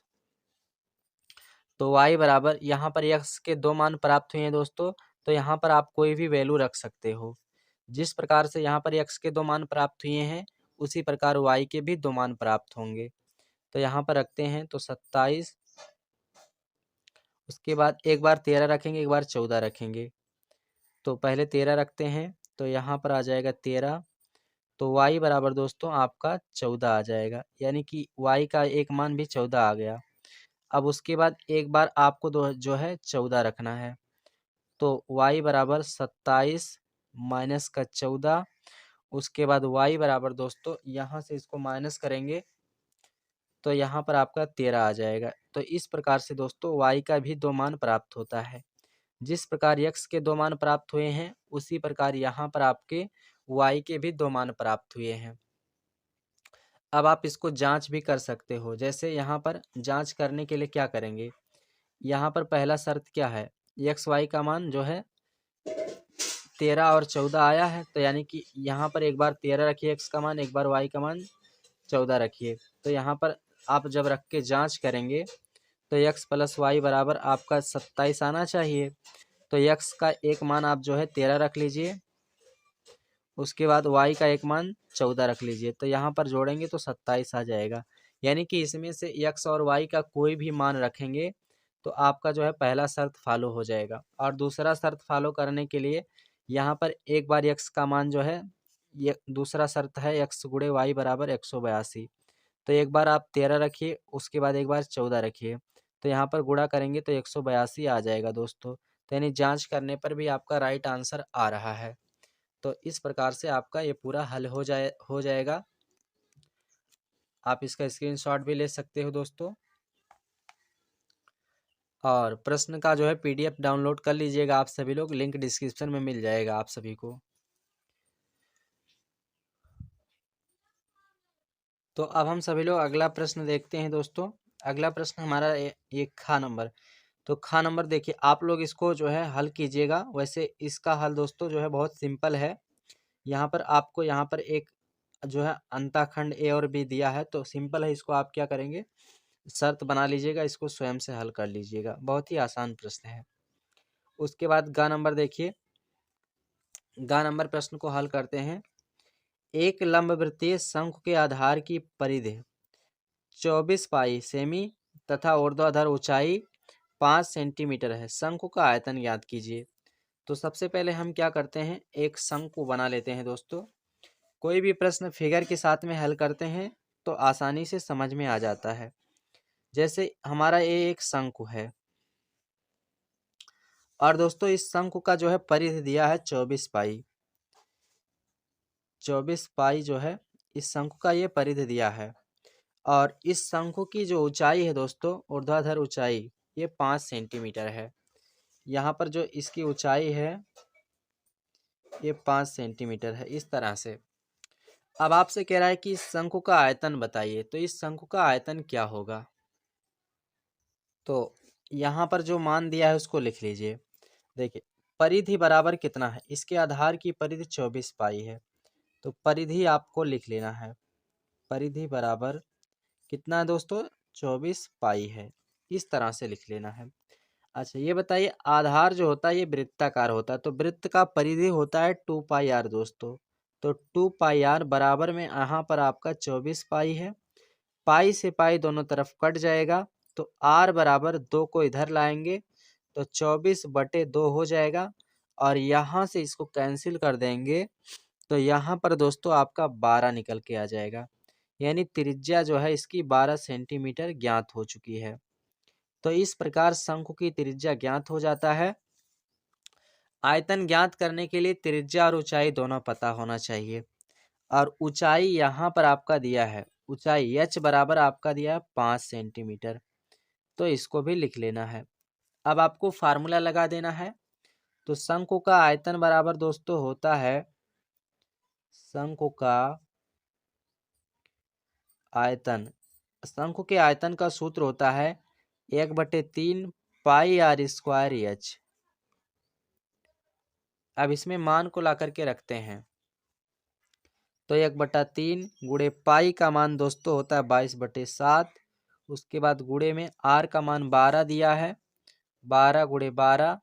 उसके बाद गुणे में एच का मान आपका जो है दोस्तों 5 दिया है, 5 रख लेते हैं। यहाँ से अब हम इसको कट पिट करके हल करेंगे, तो यहाँ से दोस्तों हमारा ये कटेगा 3 चौक 12, इसको काट देंगे तो यहाँ पर आपका 4 आ जाएगा दोस्तों। अब इसको हम कैलकुलेट करेंगे, तो कैलकुलेट करते हैं दोस्तों हमारा, तो यहाँ पर हो जाएगा आपका 22 गुणे में और यहाँ पर हो जाएगा दोस्तों आपका जो बचा, देखो 12 चौक 48, 48 गुणे में 5 है तो 5 लिख लेना। उसके बाद बटे में दोस्तों 7 है, बटे में 7 लिख दिया हूँ। अब उसके बाद दोस्तों टोटल हम सबका गुणा कर लेते हैं। तो इन सबका टोटल अगर मैं गुणा कर लेता हूँ तो हमारा मान जो आएगा गुणा करने पर 5280, 5280। उसके बाद बटे में 7 है तो 7 हो जाएगा। अब देखो यहाँ पर आपका एक आंसर तो यही तरीके से हो जाएगा। अगर आपके प्रश्न में इतना आंसर दिया है तो ठीक है, नहीं तो फिर आगे आपका अगर आंसर आ रहा है तो क्या करेंगे, 5280 में आप सभी लोग जो है सेमी क्यूब, आयतन है तो सेमी क्यूब, 7 में आप 5280 से भाग कर दीजिए, तो भाग करने पर आपका आएगा जो मान वो आएगा 754, 1 मिनट, 754 पॉइंट में दोस्तों 28 घन सेमी। इस प्रकार से आप इसको लिख सकते हैं। तो फाइनली यहाँ पर आपका प्रश्न संख्या 5 का ग हल हो गया। आप इसका स्क्रीनशॉट ले सकते हो दोस्तों, इस प्रकार से। अब आइए उसके बाद अगला प्रश्न हल करते हैं दोस्तों। तो अगला प्रश्न हमारा सांख्यिकी से आ चुका है। अब हम लोग इस प्रश्न को भी हल करते हैं। प्रश्न में कहा गया है, निम्नलिखित बंटन एक मोहल्ले के बच्चों के दैनिक जेब भत्ता को दर्शाता है। माध्य भत्ता 18 है, लुप्त बारंबारता यफ यानी ज्ञात कीजिए। आइए दोस्तों इस प्रश्न को हल करते हैं हम सभी लोग। तो दोस्तों इस प्रश्न के लिए आपको क्या करना है, इसी तरह एक कॉलम बना लेना है जैसा कि आपका इस प्रश्न में बना हुआ है। तो मैं क्या करता हूँ, यहाँ पर देखिए कॉलम मैंने बना लिया है इसको और अंक को पूरा लिख लिया है। और कुछ कॉलम आपको इस तरह बनाने होंगे, तो इस तरह से आप लोग बना लीजिएगा। अब आपको करना क्या है इसमें देखो, आप सभी लोग ध्यान से समझिएगा इसे। देखिए यहाँ पर ये प्रश्न संख्या जो है आपका 5 का ख है। यहाँ पर मैंने जो कॉलम दिया था उसको लिख लिया है, मध्यमान को इस तरह बना लिया है और बाकी बारंबार यफ और एक्स का इसमें गुणा करके लिखना होगा। अगर आप सभी लोगों ने मेरी बारंबारता चैप्टर का पूरा वीडियो नहीं देखे हैं तो आप वहां से भी जाकर देख सकते हैं, मैंने उसमें भी ये प्रश्न हल करवाया है। अब इसमें आपको देखो यहाँ पर ये संख्या आपको जैसा लिखा वैसे लिखा रहना देना है। उसके बाद क्या करना है, इसको आपको जोड़ना है, इसको आपको जोड़ लेना है। तो ये पूरा वैल्यू जब आप जोड़ेंगे तो ये पूरा बारंबारता की वैल्यू है। तो बारंबारता को सिग्मा एफ से लिखा जाता है। तो सिग्मा एफ बराबर इस पूरे को जोड़ लीजिए आप सभी लोग। तो 7 6 13 और 13 9 13 फिर एफ प्लस 5 प्लस 4, इन सबको जोड़ेंगे दोस्तों तो यहाँ पर आपका पूरा अंक 44 आ जाएगा।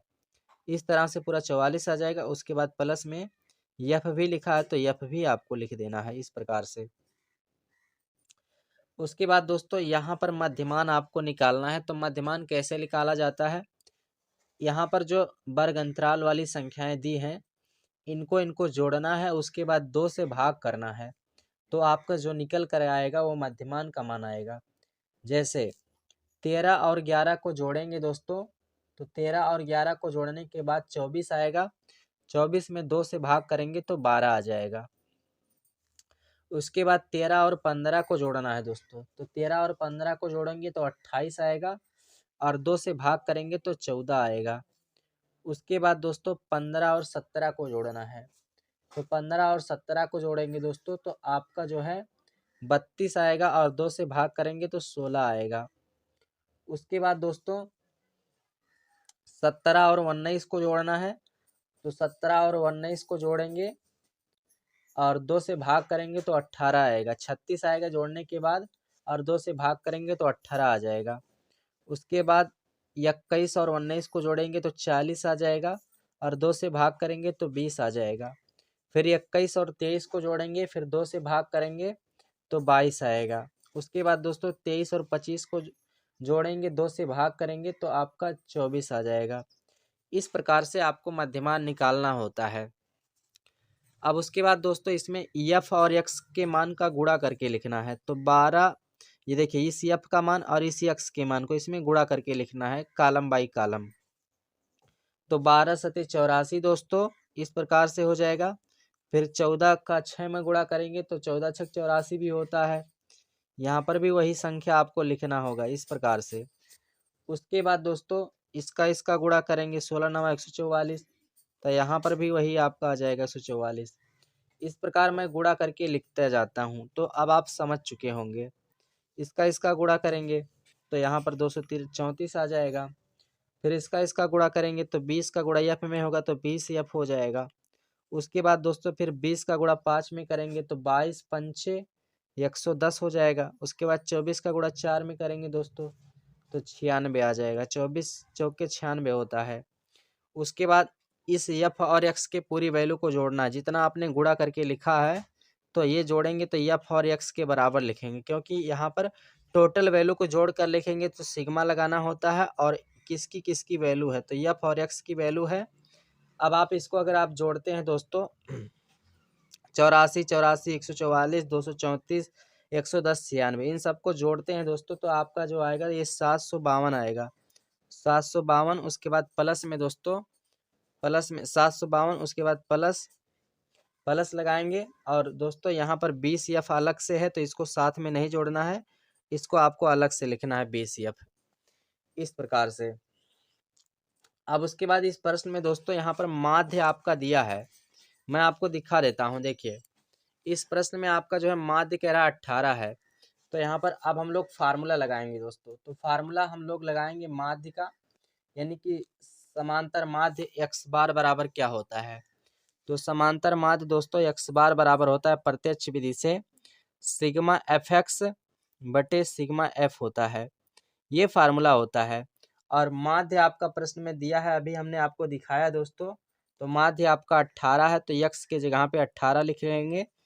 उसके बाद सिग्मा एफ और एक्स की पूरी वैल्यू अभी आप लोगों ने जोड़ा है, तो सिग्मा और एफ और एक्स की वैल्यू को जोड़ा है, तो यहाँ पर 752 प्लस में 20 एफ, तो यहाँ पर लिखेंगे 752 प्लस 20 एफ। उसके बाद बटे में दोस्तों सिग्मा एफ की पूरी वैल्यू भी देख लिया जाए, तो सिग्मा एफ की पूरी वैल्यू कितना है यहाँ पर आप लोग देखेंगे इस प्रश्न में 44 प्लस एफ जोड़ने के बाद, तो यहाँ पर भी उसको आप लिख लेंगे 44 प्लस में एफ है, तो प्लस में एफ लिख लीजिए।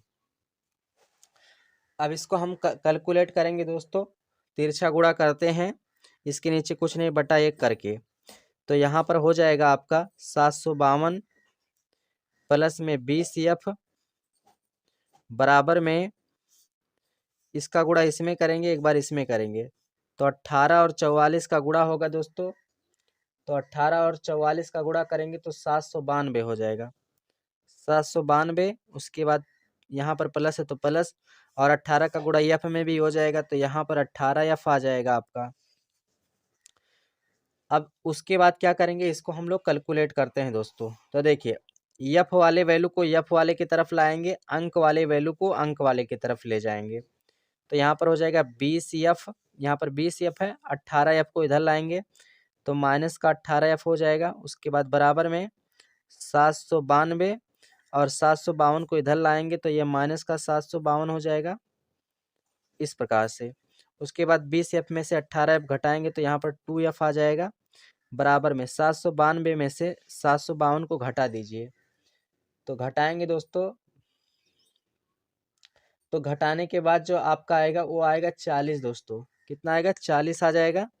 उसके बाद एफ बराबर दोस्तों 2 को इधर भेजेंगे तो 40/2 हो जाएगा, और यहाँ से इसको कैंसिल करेंगे तो एफ बराबर दोस्तों आपका 20 निकल करके आ जाता है। तो यही आपका बारंबारता का मान एफ का मान निकल के आता है दोस्तों।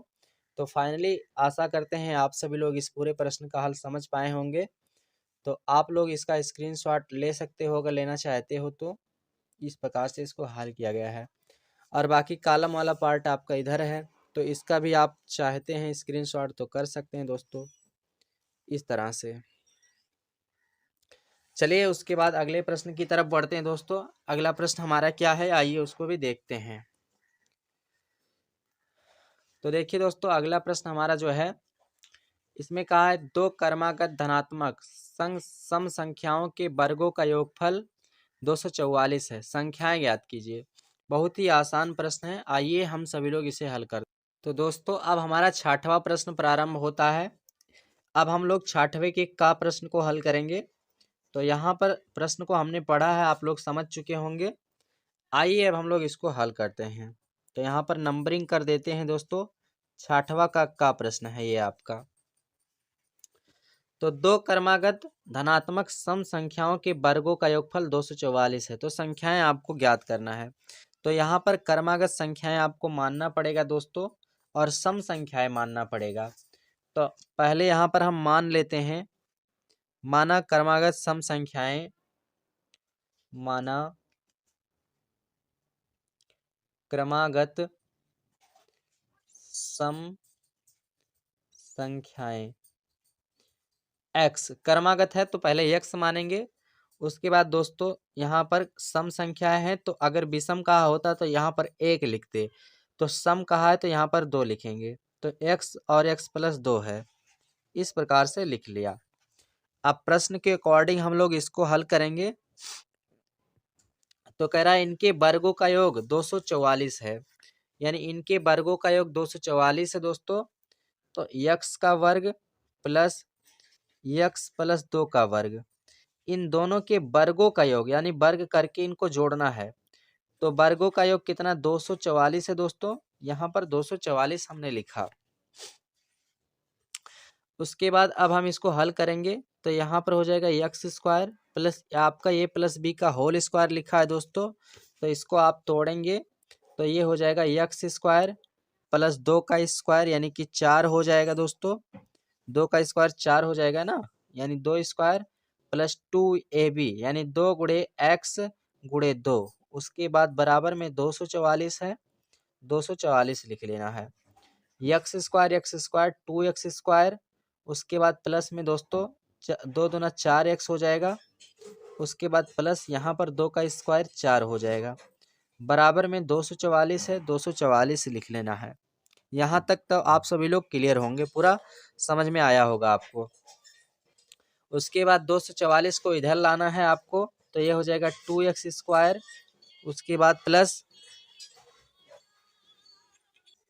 तो अब 244 को इधर लेकर आएंगे, प्लस का 4 एक्स प्लस का 4, उसके बाद माइनस का 244, बराबर में आपका 0 है तो 0 लिख लेना है।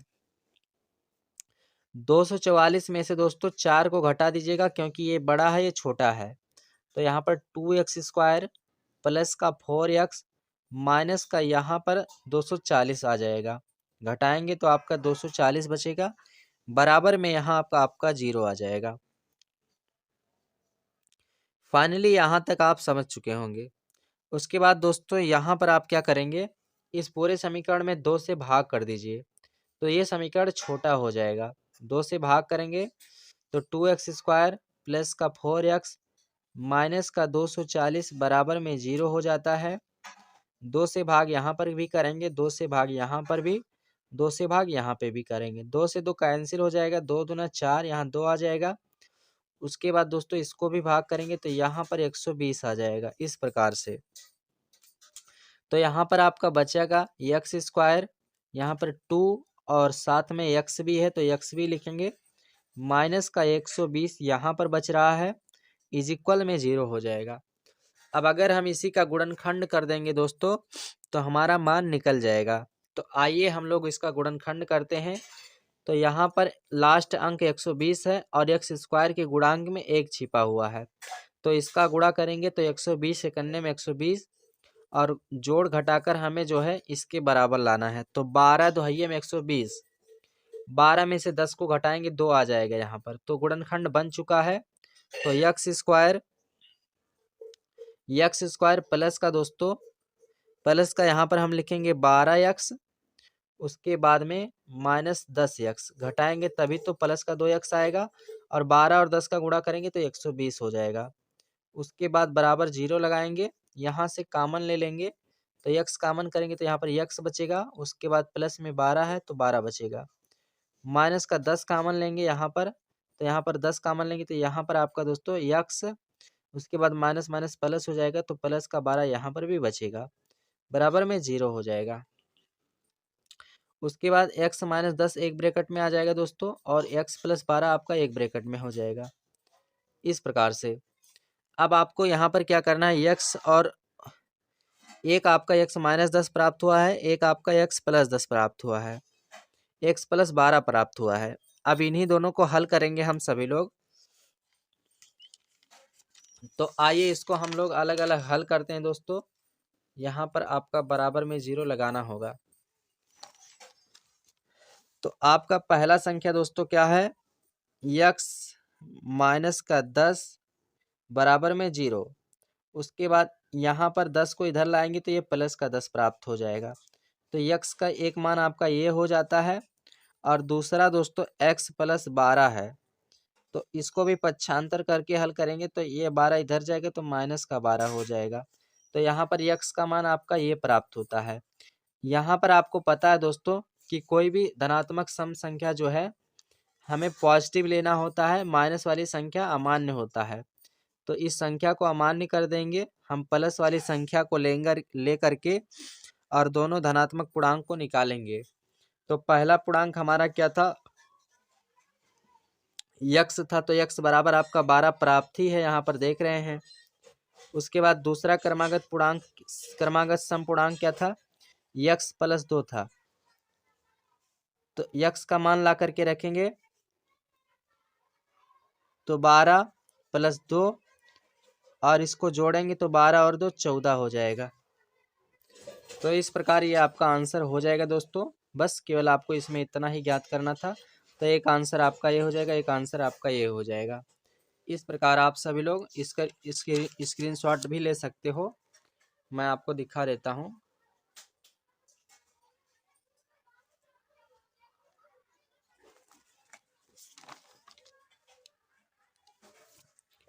अब उसके बाद दोस्तों दूसरा प्रश्न हल करेंगे।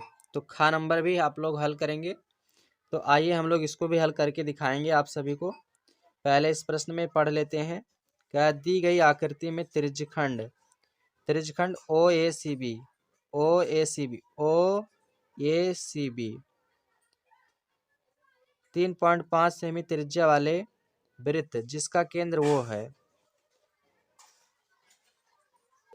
तो यहाँ से देख रहे हैं दोस्तों, मैंने इस प्रश्न को पहले से हल कर लिया है। देखिए आप सभी लोग, यहाँ पर पहले ये आपका एक चतुर्थांश है, तो इसका अगर क्षेत्रफल पता हो जाएगा दोस्तों, तो आप क्या करेंगे, इस चतुर्थांश के क्षेत्रफल में से इस त्रिभुज के क्षेत्रफल को घटा देंगे, तो यहाँ पर आपका इस छायांकित भाग का क्षेत्रफल ज्ञात हो जाएगा।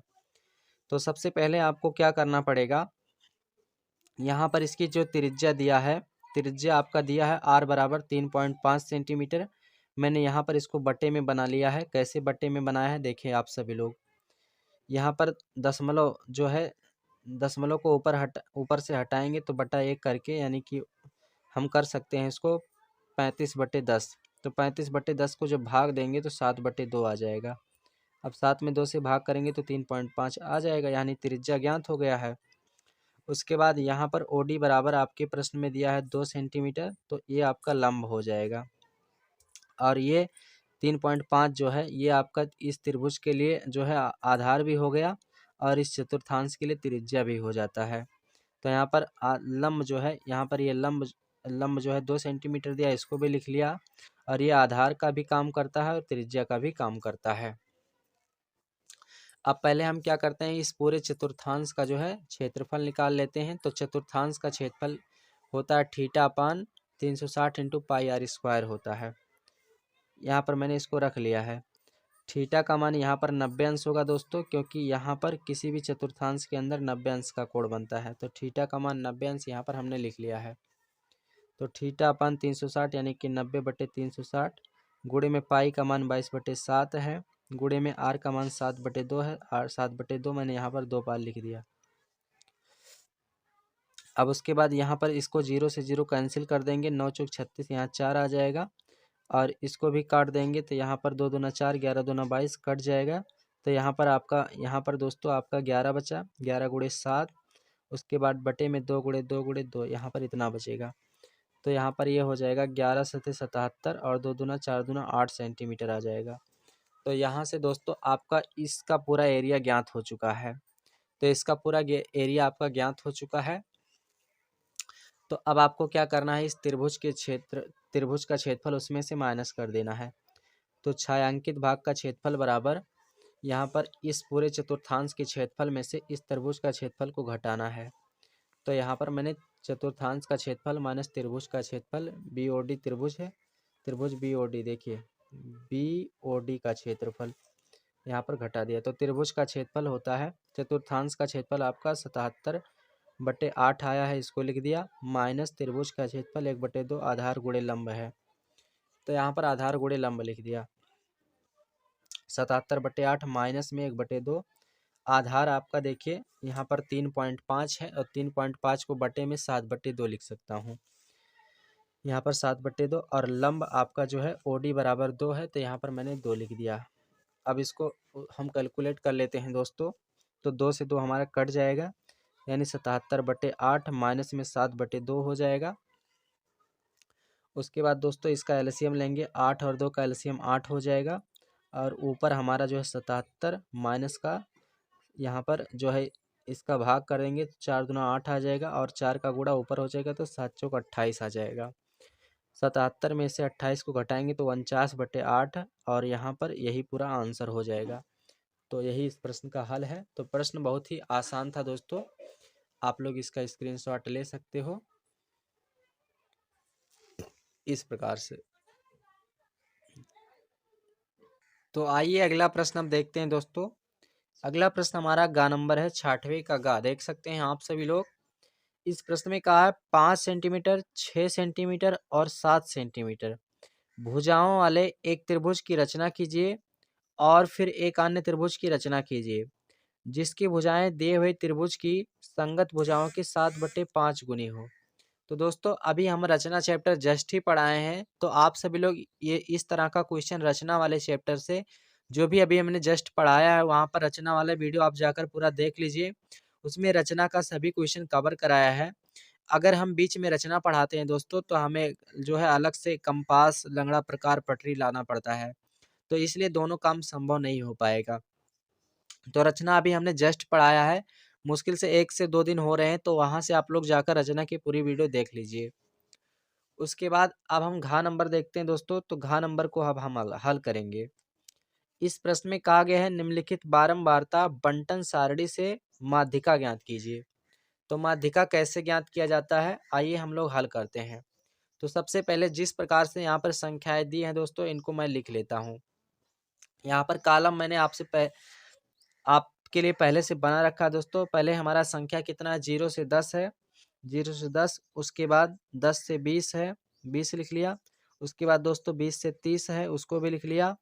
30 से 40 है, उसको भी लिख लिया दोस्तों। 40 से 50 है, उसको भी लिख लिया। इस प्रकार से। और बारंबारता आपको कितने दिया है, 6, 9, उसके बाद 12, 8, उसके बाद 15। इस प्रकार से आपकी बारंबारता दिए गए हैं। और जब भी आपको मध्यिका निकालना होता है दोस्तों, तो उसमें आपको संचयी बारंबारता निकालने की आवश्यकता पड़ती है। तो यहाँ पर आपको संचयी बारंबारता भी निकालना पड़ेगा। तो संचयी बारंबारता कैसे निकाला जाता है, पहले वाले अंक को यहाँ पर लिखा जाता है, फिर इसको जोड़ करके दूसरे वाले में लिखेंगे, तो 9, 6, 15 हो जाएगा। उसके बाद दोस्तों 15 और 12 को जोड़ करके लिखेंगे तो 27 हो जाएगा। उसके बाद 27 और 8 को जोड़ करके लिखेंगे दोस्तों तो 35 हो जाएगा। 35 और 15 को जोड़ करके लिखेंगे तो 50 हो जाएगा। इसी प्रकार से आपको जो है संचयी बारंबारता निकालना होता है। आप संचयी बारंबारता अगर आप निकाल चुके हैं तो यहाँ पर आपको क्या करना है, यहाँ पर योग लिखना है और उसके बाद यहाँ पर इस पूरे बारंबारता वाले अंक को जोड़ना है। तो इसको जोड़ेंगे पूरा तो ये n का मान हो जाएगा। तो n बराबर यहाँ पर इसको जोड़ने के बाद आपका पूरा 50 आएगा दोस्तों। यहाँ पर आप जोड़ सकते हो। अब उसके बाद क्या करना है, इस n का मान को आधा करना है, तो n/2 करना है। तो n/2 करेंगे तो 50/2 और यहाँ से 2 से भाग करेंगे तो दोस्तों यहाँ पर 25 निकल के आएगा। तो इस प्रकार यहाँ पर n/2 का मान जो निकल के आया वो 25 निकल के आया है। अब यहाँ पर आपको देखना है ये दोस्तों कि यहाँ पर जो 25 आया है ये आपका संचयी बारंबारता में किस वाली लाइन में मिलने वाला है। तो 25 हमारा देखो, 25 हमारा 27 और 35 के बीच में मिलेगा, यानी कि 35 जो 25 हमारा जो है दोस्तों ये 27 के अंदर छुपा हुआ है। तो 27 के अंदर छुपा हुआ, तो इस अंक को हम क्या करेंगे, ऐसे सिलेक्ट कर लेंगे, इस तरह से सिलेक्ट कर लेंगे। और इसको सेलेक्ट करने के बाद दोस्तों इसके ऊपर वाले संख्या को CF मानना है, यानी CF का मतलब संचयी बारंबारता। उसके बाद उसकी लाइन में जो ये संख्या है दोस्तों, इसके लाइन में इसको आपको F मानना है, यानी बारंबारता मानना है। इस प्रकार से आप लोग मान चुके हैं। तो मानने के बाद दोस्तों अब आपको क्या करना है, मध्यिका निकालने के लिए फार्मूला लगाना है। तो मध्यिका निकालने का जो फार्मूला होता है दोस्तों, यहाँ से मैं आपको लिखकर बता देता हूँ। मध्यिका बराबर दोस्तों फार्मूला होता है आपका L1 प्लस में n/2 माइनस में CF, उसके बाद बटे में दोस्तों F होता है। ये मध्यिका निकालने का सूत्र होता है। और गुणे में H भी होता है, तो गुणे में H लिख देना है। अच्छा, अब इन सारी वैल्यू को यहाँ पर लाके आप सभी को रखना है। तो यहाँ पर आपको इन सब चीज़ों का मान कहाँ से पता होगा, CF पता है, F पता है, n का मान पता है, H और L1 का नहीं पता है। तो देखो इस वाले लाइन में जो आपने सेलेक्ट किया है उसमें ये पहला अंक जो होता है निम्न वर्ग की सीमा, ये उच्च वर्ग की सीमा होता है, दूसरा वाला, और पहला वाला निम्न वर्ग की सीमा होता है।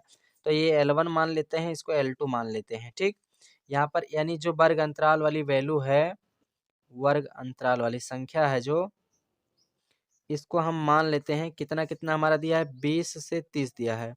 20 से 30 दिया है तो ये L1 हो जाएगा, ये L2 हो जाएगा। और दोस्तों इसमें कितने का अंतर है, तो इसमें कितने का अंतर है, तो 10 से 20 यानी 10 का अंतर है, तो H का मान हो जाएगा। जो अंतर होता है वो H का मान हो जाएगा। अब इसमें हम ला करके रखेंगे तो L1 का मान दोस्तों हमारा 20 है, यहाँ पर 20 रख देते हैं, प्लस में n/2 यानी कि n/2 यहाँ पर आप देख सकते हैं n/2 बराबर 25 आया है, तो यहाँ पर 25 रख लेते हैं दोस्तों। माइनस में CF बराबर कितना है, 15 है, तो यहाँ पर 15 रख देंगे। उसके बाद बटे में F का मान दोस्तों कितना है, तो F का मान 12 है, तो यहाँ पर 12 रख देते हैं। उसके बाद गुणे में दोस्तों H का मान कितना है, तो H बराबर 10 है, तो यहाँ पर 10 रख लेंगे। अब हम इसको कैलकुलेशन करेंगे तो 20 प्लस में 25 में से 15 घटाएंगे दोस्तों, तो यहाँ पर 10 आ जाएगा। उसके बाद बटे में यहाँ पर 12 है तो 12, उसके बाद गुणे में दोस्तों 10 है तो 10 कर देंगे। इस प्रकार आप लोग समझ चुके होंगे। यहाँ से इसको मैं काट भी सकता हूँ, तो यहाँ पर काटेंगे इसको तो दोस्तों हमारा आ जाएगा 6 दूना 12, 5 दूना 10। उसके बाद यहाँ पर अब आगे बढ़ेंगे तो 20 प्लस ये हो जाएगा 10 पचे 50, 50 बटे 6। अब उसके बाद दोस्तों यहाँ पर इसको हम चाहे एलसीएम दे करके हल कर दें या फिर इसमें इससे भाग कर दें और इसको जोड़ दें, तब भी हमारा आंसर आ जाएगा। तो यहाँ पर मैं भाग कर देता हूँ, 6 से भाग कर देता हूँ 50 में, तो यहाँ पर कितना बार ले जाएंगे 6 पंचे 30, कम हो जाएगा, 6 सत्ते 42, 6 आठे 48, 8 बार लेकर जाएंगे, तो 6 आठे 48 यहाँ पर आ जाएगा 48, और 48 घटाएंगे तो 2 आ जाएगा, दशमलव बढ़ा के 0 ले जाएंगे।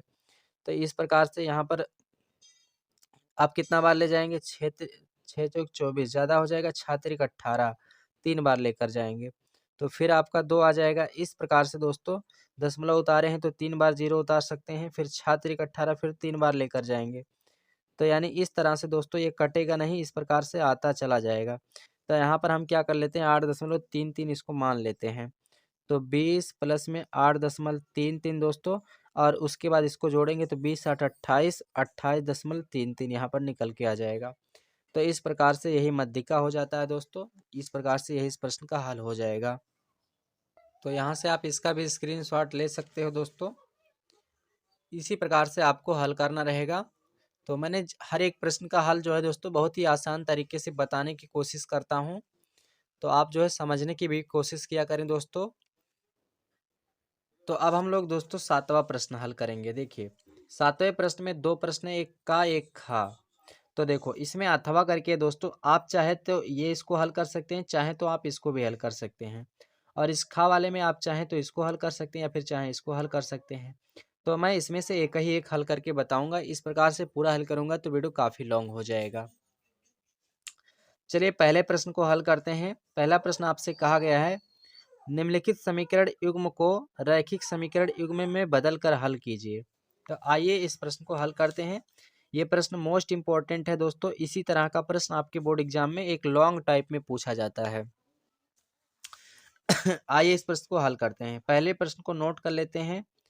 5/x-1 है दोस्तों, उसके बाद प्लस में 1/y-2 है दोस्तों, बराबर में 2 आपका दिया है तो बराबर में 2 लिख लेना है इस तरह से। और उसके बाद एक दूसरा पार्ट है दोस्तों, 2/x-1, उसके बाद माइनस में 1/y-2 बराबर में 1/3 है तो 1/3 लिख लेता है। अब हम लोग इसे सॉल्व करेंगे दोस्तों। तो यहाँ पर प्रश्न में आपसे इसको बदल कर हल करने के लिए कहा है। देखिए इग्मो को बदल कर हल करना है, यानी कि यहाँ पर जो इस तरह से लिखा है इसको इस रूप में नहीं लिखना है, आपको इसे बदल कर हल करना है। तो यहाँ पर हम क्या करेंगे, मान लेते हैं, पहले इस वाले पार्ट को हल करेंगे। माना क्या मानते हैं दोस्तों, x-1, x-1 इस पार्ट को मान लेते हैं, x-1 बराबर a मान लेते हैं दोस्तों। और दूसरा पार्ट हमारा y-2 है, तो y-2 दोस्तों, y-2 बराबर मान लेते हैं b। अब इस वैल्यू को हम क्या करेंगे, यहाँ पर ला करके रखते हैं दोस्तों। तो ये हो जाएगा 5/a, 5/a, उसके बाद प्लस में 1/y-2 की जगह पर दोस्तों b रखना है तो b रख देते हैं। उसके बाद बराबर में 2 है तो 2 लिख देता हूँ। इस प्रकार। अब उसके बाद क्या करते हैं दोस्तों, इसको समीकरण 1 बना लेते हैं। यहाँ तक समझ रहे हैं आप सभी लोग पूरा, कोई दिक्कत नहीं है यहाँ तक समझने में। इस प्रकार से आप लोगों ने ऐसा ही मान लिया होगा आप लोग भी। अब उसके बाद उसी प्रकार इस वाले पार्ट पे को भी हल करेंगे। तो यहाँ पर भी वही काम करेंगे दोस्तों। यहाँ पर 2/x-1, x-1 की जगह पे आपने क्या माना है ये, तो यहाँ पर a रख लीजिएगा। उसके बाद माइनस 1/y-2 की जगह पर क्या माना है दोस्तों, इसकी जगह पे b माना है तो b लिख लेंगे। उसके बाद बराबर में 1/3 है तो 1/3, इसको समीकरण 2 दे देते हैं दोस्तों इस प्रकार से। अब देखिए यहाँ पर क्या करेंगे, समीकरण 1 और 2 को हम क्या कर लेंगे, जोड़ लेते हैं। अगर घटाएंगे तो हमारा नहीं आएगा, क्यों नहीं आएगा मैं भी वो भी बता देता हूँ। देखो यहाँ पर प्लस चिन्ह है, यहाँ पर माइनस चिन्ह है, तो घटाएंगे तो नहीं आ पाएगा, इसलिए विपरीत चिन्ह है तो जोड़ देंगे। अगर समान चिन्ह होता तो घटा देते।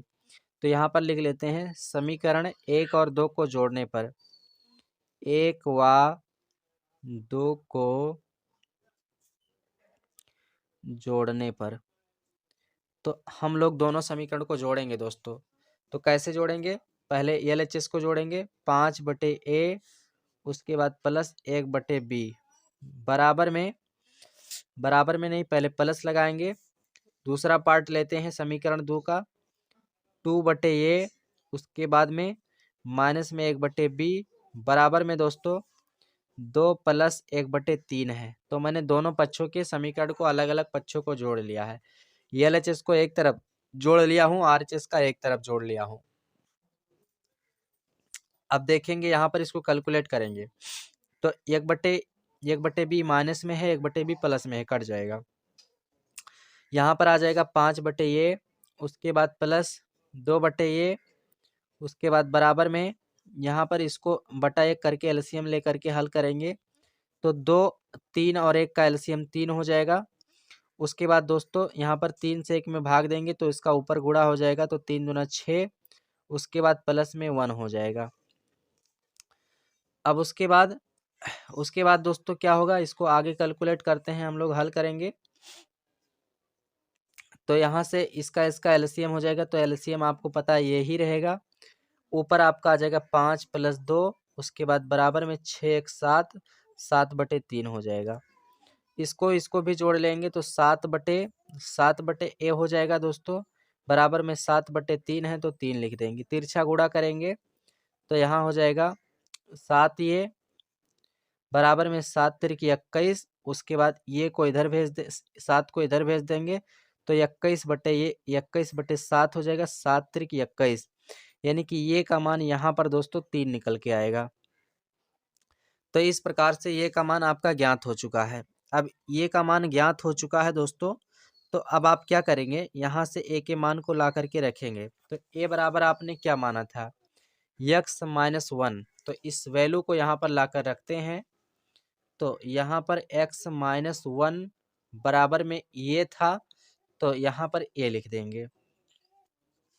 और ये का मान आपका दोस्तों आया कितना है, 3 आया है। तो x-1 बराबर में 3 रख देते हैं, उसके बाद 1 को इधर भेज देंगे तो x बराबर यहाँ पर आएगा तो 3 प्लस इधर आएगा 1 प्लस में हो जाएगा। तो x बराबर यहाँ से दोस्तों आपका 4 ज्ञात हो जाएगा। इस प्रकार से x का मान निकल चुका है। अब y का मान भी आपको चाहिए, तो y का मान निकालने के लिए आपको क्या करना पड़ेगा, इस ये के मान को किसी भी समीकरण में ले जाकर रखना होगा। तो a के मान को हम किसी भी समीकरण में रख के हल कर सकते हैं, चाहे फिर समीकरण 1 में रख लें, चाहे फिर 2 में रख लें। तो यहाँ पर a का मान दोस्तों समीकरण 1 में रख लेते हैं। यहाँ पर देख सकते हैं समीकरण 1 आपका यही है, तो यहाँ से मैंने इस मान को रखने के लिए लिख लिया है। अब ये का मान आपने जो निकाला था वो 3 निकाला था, तो यहाँ पर 5/3 हो जाएगा, उसके बाद प्लस में 1/b हो जाएगा, बराबर में आपका 2 है तो 2 लिख देंगे। क्लियर, यहाँ तक आप समझ रहे हैं। उसके बाद 3 और b का एलसीएम लेंगे तो 3b हो जाएगा। उसके बाद ऊपर आ जाएगा दोस्तों, यहाँ पर 3b का भाग करेंगे तो 3 कट जाएगा, b बचेगा, तो ऊपर 5b हो जाएगा। उसके बाद प्लस b से b कट जाएगा, 3 आ जाएगा तो 3 हो जाएगा, बराबर में 2 है तो 2 बटा 1 कर सकते हैं। इसके नीचे एलसीएम ले लीजिए, इसका एलसीएम नहीं तिरछा गुणा कर दीजिए, तो यहाँ पर ये आपका हो जाएगा 5b, उसके बाद प्लस में 3 हो जाएगा, और ये हो जाएगा 3 दूना 6b, 6b यहाँ पर आ जाएगा। उसके बाद दोस्तों यहाँ पर 5b को इधर लाएंगे, तो 5b को इधर लाएंगे तो 3 इधर आपका बचेगा, तो 6b, उसके बाद माइनस का 5b हो जाएगा। उसके बाद 6b में से 5b घटाएंगे तो यहाँ पर केवल एक b बचेगा, तो b बराबर यहाँ पर आपका 3 हो जाएगा। या करके आप इसको ऐसा भी लिख सकते हैं b बराबर 3, तो यानी कि b का मान भी आपका 3 ही प्राप्त हुआ है दोस्तों। तो अब आप इस b के मान को जो है यहाँ पर जो b बराबर माने थे इसको ला करके रख सकते हो। तो y-2 बराबर b माने थे, y-2 बराबर b आपने माना था, तो यहाँ पर मान ला करके रखते हैं। तो y-2 बराबर में b का मान 3 है तो 3 रख देते हैं। उसके बाद y बराबर 2 को इधर लाएंगे तो 3 + 2, उसके बाद बराबर में y बराबर यहाँ से आपका जो है 3 और 2 5 निकल के आएगा। तो इस प्रकार से y का मान भी आपका ज्ञात हो चुका है दोस्तों। तो प्रश्न बहुत ही सिंपल और बहुत ही आसान था। इस प्रकार से आपको इस प्रश्न को हल करना था। तो ये प्रश्न लॉन्ग टाइप में आता है दोस्तों, कम से कम ये 6 या 5 नंबर में आपसे पूछा जाएगा। तो इस तरह से आप लोग इसको हल कीजिएगा तो आपका सही नंबर आएगा। इस प्रकार हमने आपको स्क्रीनशॉट भी दे दिया। उसके बाद आइए अगला प्रश्न देखते हैं दोस्तों। अगला प्रश्न हमारा क्या है, तो इसमें अथवा करके प्रश्न था, इसको मैं नहीं हल कराऊंगा। उसके बाद इसमें खा नंबर दोस्तों, खा में देखते हैं। तो खा में आप चाहे इसको हल कीजिए चाहे फिर इसको हल कीजिए। तो चलिए हम लोग दूसरे पार्ट को हल कर लेते हैं। तो दूसरा पार्ट हल करेंगे। तो इस पार्ट में कहा गया है क्षैतिज तल पर स्थित बिंदुओं से उसी तल पर खड़े एक ऊर्ध्वाधर मीनार के शीर्ष का उन्नयन कोण 30 अंश है। मीनार की ओर से 40 मीटर चलने पर उन्नयन कोण 60 अंश हो जाता है। मीनार की ऊंचाई ज्ञात कीजिए। प्रश्न बहुत ही आसान है, आइए इसे हम लोग हल करते हैं। तो प्रश्न मैं यहाँ पर देख लेता हूँ। देखिए कह रहा है एक मीनार है दोस्तों। देखिए यहाँ पर एक मीनार कहा है। अब यहाँ पर हम लोग एक क्या करते हैं, एक मीनार बना लेते हैं। इस प्रकार से एक मीनार बना लेता हूँ दोस्तों।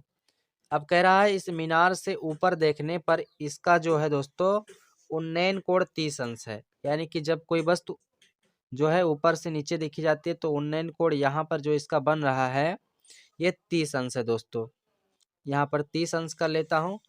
उसके बाद कहा है मीनार की ओर 40 मीटर की दूरी पर चलने पर, यानी यहाँ पर ये मीनार है।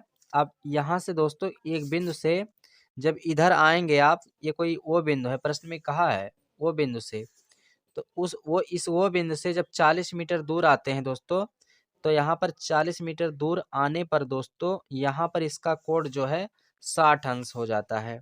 तो इस प्रकार से यहाँ से कोण ये जो है 60 अंश हो जाता है। यहाँ पर 60 अंश हो जाता है। तो मीनार की ऊंचाई ज्ञात कीजिए आपसे कह रहा है। तो मीनार की यहाँ पर आपसे इसकी ऊंचाई पूछ रहा है ज्ञात करने के लिए। तो अब हम इसको कोई नाम भी दे देते हैं दोस्तों। तो यहाँ पर इसको हम ये नाम दे देते हैं, इस बिंदु को B और इस बिंदु को C नाम दे देते हैं इस प्रकार से। अब हम इस प्रश्न को आइए हल करते हैं। तो मान लेते हैं मीनार की ऊंचाई दोस्तों h है। इस प्रकार से h मैंने डिनोट कर दिया है। और यहाँ पर जिस बिंदु से आता है, जिस बिंदु पर ये रुक जाता है, उस बिंदु से दूरी हम जो है मीनार के सिरे तक x मान लेते हैं इस प्रकार से। तो इतनी बात आप समझ रहे होंगे। अब हम लोग क्या कर लेते हैं दोस्तों, आइए इस प्रश्न को हल करते हैं। तो सबसे पहले जो माना है आपको उसको लिख लेना है। यहाँ पर जो आपने मान लिया है उसको माना करके लिख लेना है। माना AB एक मीनार है, एक मीनार है जिसकी ऊंचाई h मीटर है, जिसकी ऊंचाई h मीटर है। इस प्रकार से आपको मान लेना है। और उसके बाद दोस्तों यहाँ पर BC बराबर x माने हैं तो इसको भी लिख सकते हैं, BC बराबर x मीटर, इसको भी आप लिख सकते हैं। अब हम लोग दोस्तों आइए इसको हल करते हैं। तो सबसे पहले यहाँ पर हम एक छोटा वाला त्रिभुज लेते हैं। त्रिभुज ABC में तो त्रिभुज ए बी सी लगाते हैं। क्यों? क्योंकि त्रिभुज ए बी सी देखिए दोस्तों क्यों लगा रहे हैं, जब तक हमारा ये आधार नहीं पता होगा इस त्रिभुज का, तो जब आधार पता हो जाएगा तो यानी हमारे इस बड़े वाले त्रिभुज का संपूर्ण आधार पता हो गया, और जब इसका संपूर्ण आधार पता हो जाएगा तो यानी कि लंब और आधार का संबंध हम इस बड़े वाले त्रिभुज में लगा देंगे, तो हमारा जो है आसानी से ज्ञात हो जाएगा इसकी ऊंचाई मीनार की। तो अब क्या करते हैं, त्रिभुज ए बी सी में दोस्तों हम tan थीटा लगाते हैं। तो त्रिभुज ए बी सी में tan थीटा लगाएंगे, तो tan थीटा बराबर होता है दोस्तों लंब बटे आधार। ये फार्मूला आपको पता होना चाहिए, त्रिकोणमिति के सभी फार्मूले पता होना चाहिए आपको। अब tan थीटा के जगह पे त्रिभुज एबीसी में कोण 60 अंश बन रहा है, तो यहाँ पर tan 60 अंश लिखना है आपको। tan 60 अंश बराबर में लंब आपको ज्ञात करना है, लेकिन आपने यच मान रखा है तो यच मान लीजिए, बटे में दोस्तों आधार कितना है आपका BC, BC उस त्रिभुज का आधार BC है और BC बराबर यक्स माना है आपने, तो यक्स यहाँ पर रख लेंगे। tan 60 अंश का मान √3 होता है दोस्तों, तो यहाँ पर √3 रख लेंगे, बराबर में एच बटे यक्स है तो एच बटे यक्स, इसको पक्षांतर कर देंगे तो यहाँ पर एच बराबर दोस्तों इसका तिरछा गुणा हो जाएगा, तो यहाँ पर ये हो जाएगा √3x। इसको मैं समीकरण 1 बना देता हूँ इस प्रकार से। फाइनली आप इतना बात समझ गए होंगे। अब उसके बाद आप क्या करेंगे, इस बड़े वाले त्रिभुज को लेंगे, त्रिभुज AOB में, त्रिभुज AOB में, त्रिभुज AOB में, तो त्रिभुज AOB में लगाते हैं, AOB में, तो त्रिभुज AOB में भी पुनः tan थीटा लगाएंगे दोस्तों। तो tan थीटा बराबर होता है लंब बटे आधार, लंब बटे आधार, और इसमें मान को ला करके रखेंगे तो tan थीटा का मान दोस्तों इस त्रिभुज में 30 अंश बन रहा है, तो थीटा के जगह पे हम 30 अंश लिखेंगे, तो tan 30 अंश, उसके बाद बराबर दोस्तों लंब का मान कितना है आपका, इस त्रिभुज में लंब आपने कितना मान रखा है, यच मान रखा है, तो यहाँ पर यच रख लीजिएगा। यच बटे में आधार दोस्तों इस त्रिभुज का कितना है, तो इस त्रिभुज का आधार दोस्तों आपका कितना है, देखिए यहाँ पर इस त्रिभुज का आधार दोस्तों आपका OB है, तो OB 2 पार्ट में बटा है, एक 40 + x में बटा है, तो यहाँ पर आपको उसी रूप में रखना होगा दोस्तों। तो यहाँ पर हम लोग मान रखते हैं दोस्तों, तो यहाँ पर रखेंगे 40 + x, 2 भाग में बटा है तो 2 भाग में बांट करके लिखेंगे। tan 30 अंश का मान दोस्तों होता है 1/√3 बराबर में h बटे दोस्तों 40 + x होता है, यहाँ पर मैंने 40 + x लिख दिया। अब उसके बाद इसका तिरछा गुणा कर देंगे दोस्तों, तो ये हो जाएगा h√3, h√3, उसके बाद बराबर में दोस्तों इसका गुणा, देखिए इसका गुणा इसमें हुआ फिर इसका गुणा इसमें होगा, तो ये हो जाएगा 40 + x, इस प्रकार से आएगा। अब उसके बाद √3 को आप क्या करेंगे, इसको इधर पक्षांतर कर दीजिए, तो इसको इधर पक्षांतर करेंगे दोस्तों तो ये हो जाएगा h बराबर 40 + x, उसके बाद बटे में √3, इसको मान लीजिए समीकरण 2। अब समीकरण 1 और 2 देख लीजिए, इसका भी LHS बराबर है, इसका भी LHS बराबर है, तो RHS बराबर करके हम हल करेंगे, यानी समीकरण 1 और 2 को हल करेंगे। तो अब हम लोग दिखाएंगे समीकरण 1 और 2 से, 1 व 2 से। तो चलिए दोनों समीकरण के वैल्यू को रखते हैं। समीकरण 1 का दोस्तों एक पक्ष आपका √3x है, बराबर में दूसरा पक्ष आपका समीकरण 2 का 40 प्लस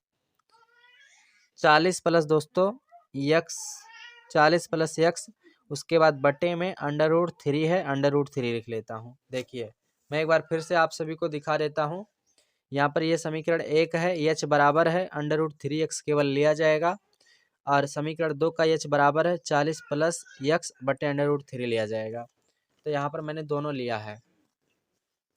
अब इसके नीचे कुछ नहीं, बटा 1 करके तिरछा गुणा कर देते हैं दोस्तों, तो यहाँ पर हमारा आ जाएगा 40 + का x, उसके बाद बराबर में इसका गुणा इसमें करेंगे तो √3x गुणे √3 हो जाएगा, तो ये हो जाएगा 40 + x बराबर में अंडर रूट थ्री का गुणा होगा, रूट रूट हट जाएगा, 3x आ जाएगा।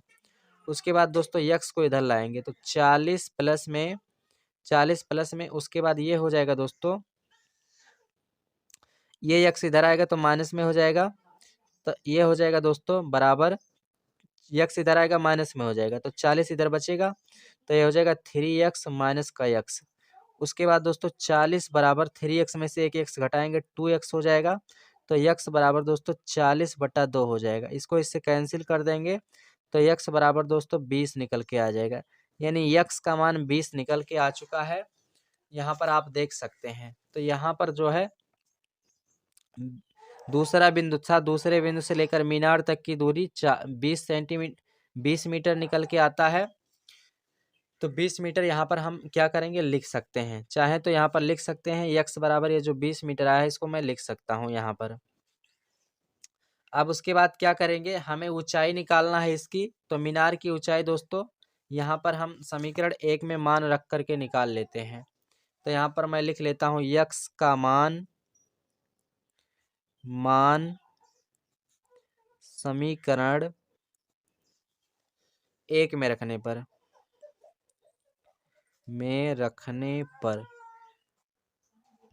तो समीकरण 1 आपका जो था वो h बराबर था अंडर रूट 3x। तो यहाँ पर h बराबर दोस्तों ऊंचाई जो निकल करके आएगा, ऊंचाई h बराबर जो आएगा, x के जगह पे आप 20 रख देंगे तो 20, उसके बाद अंडर रूट 3 है तो अंडर रूट 3 रहने दीजिए। तो यहाँ पर x को मैंने आगे कर दिया है और अंडर रूट 3 को पीछे कर दिया है, तो x का मान यहाँ पर 20 रख दिया है। तो इस प्रकार से ऊंचाई आपका निकल के आ जाता है। तो दोस्तों हमने इस वीडियो में आपको जो है अनसॉल्व के सेट 1 एविक पेपर कोड का पूरा प्रश्न हल करा दिया है। तो अब आप क्या करेंगे, यहाँ पर इसका भी आप स्क्रीनशॉट ले सकते हो दोस्तों। ये प्रश्न संख्या 7 का ख है।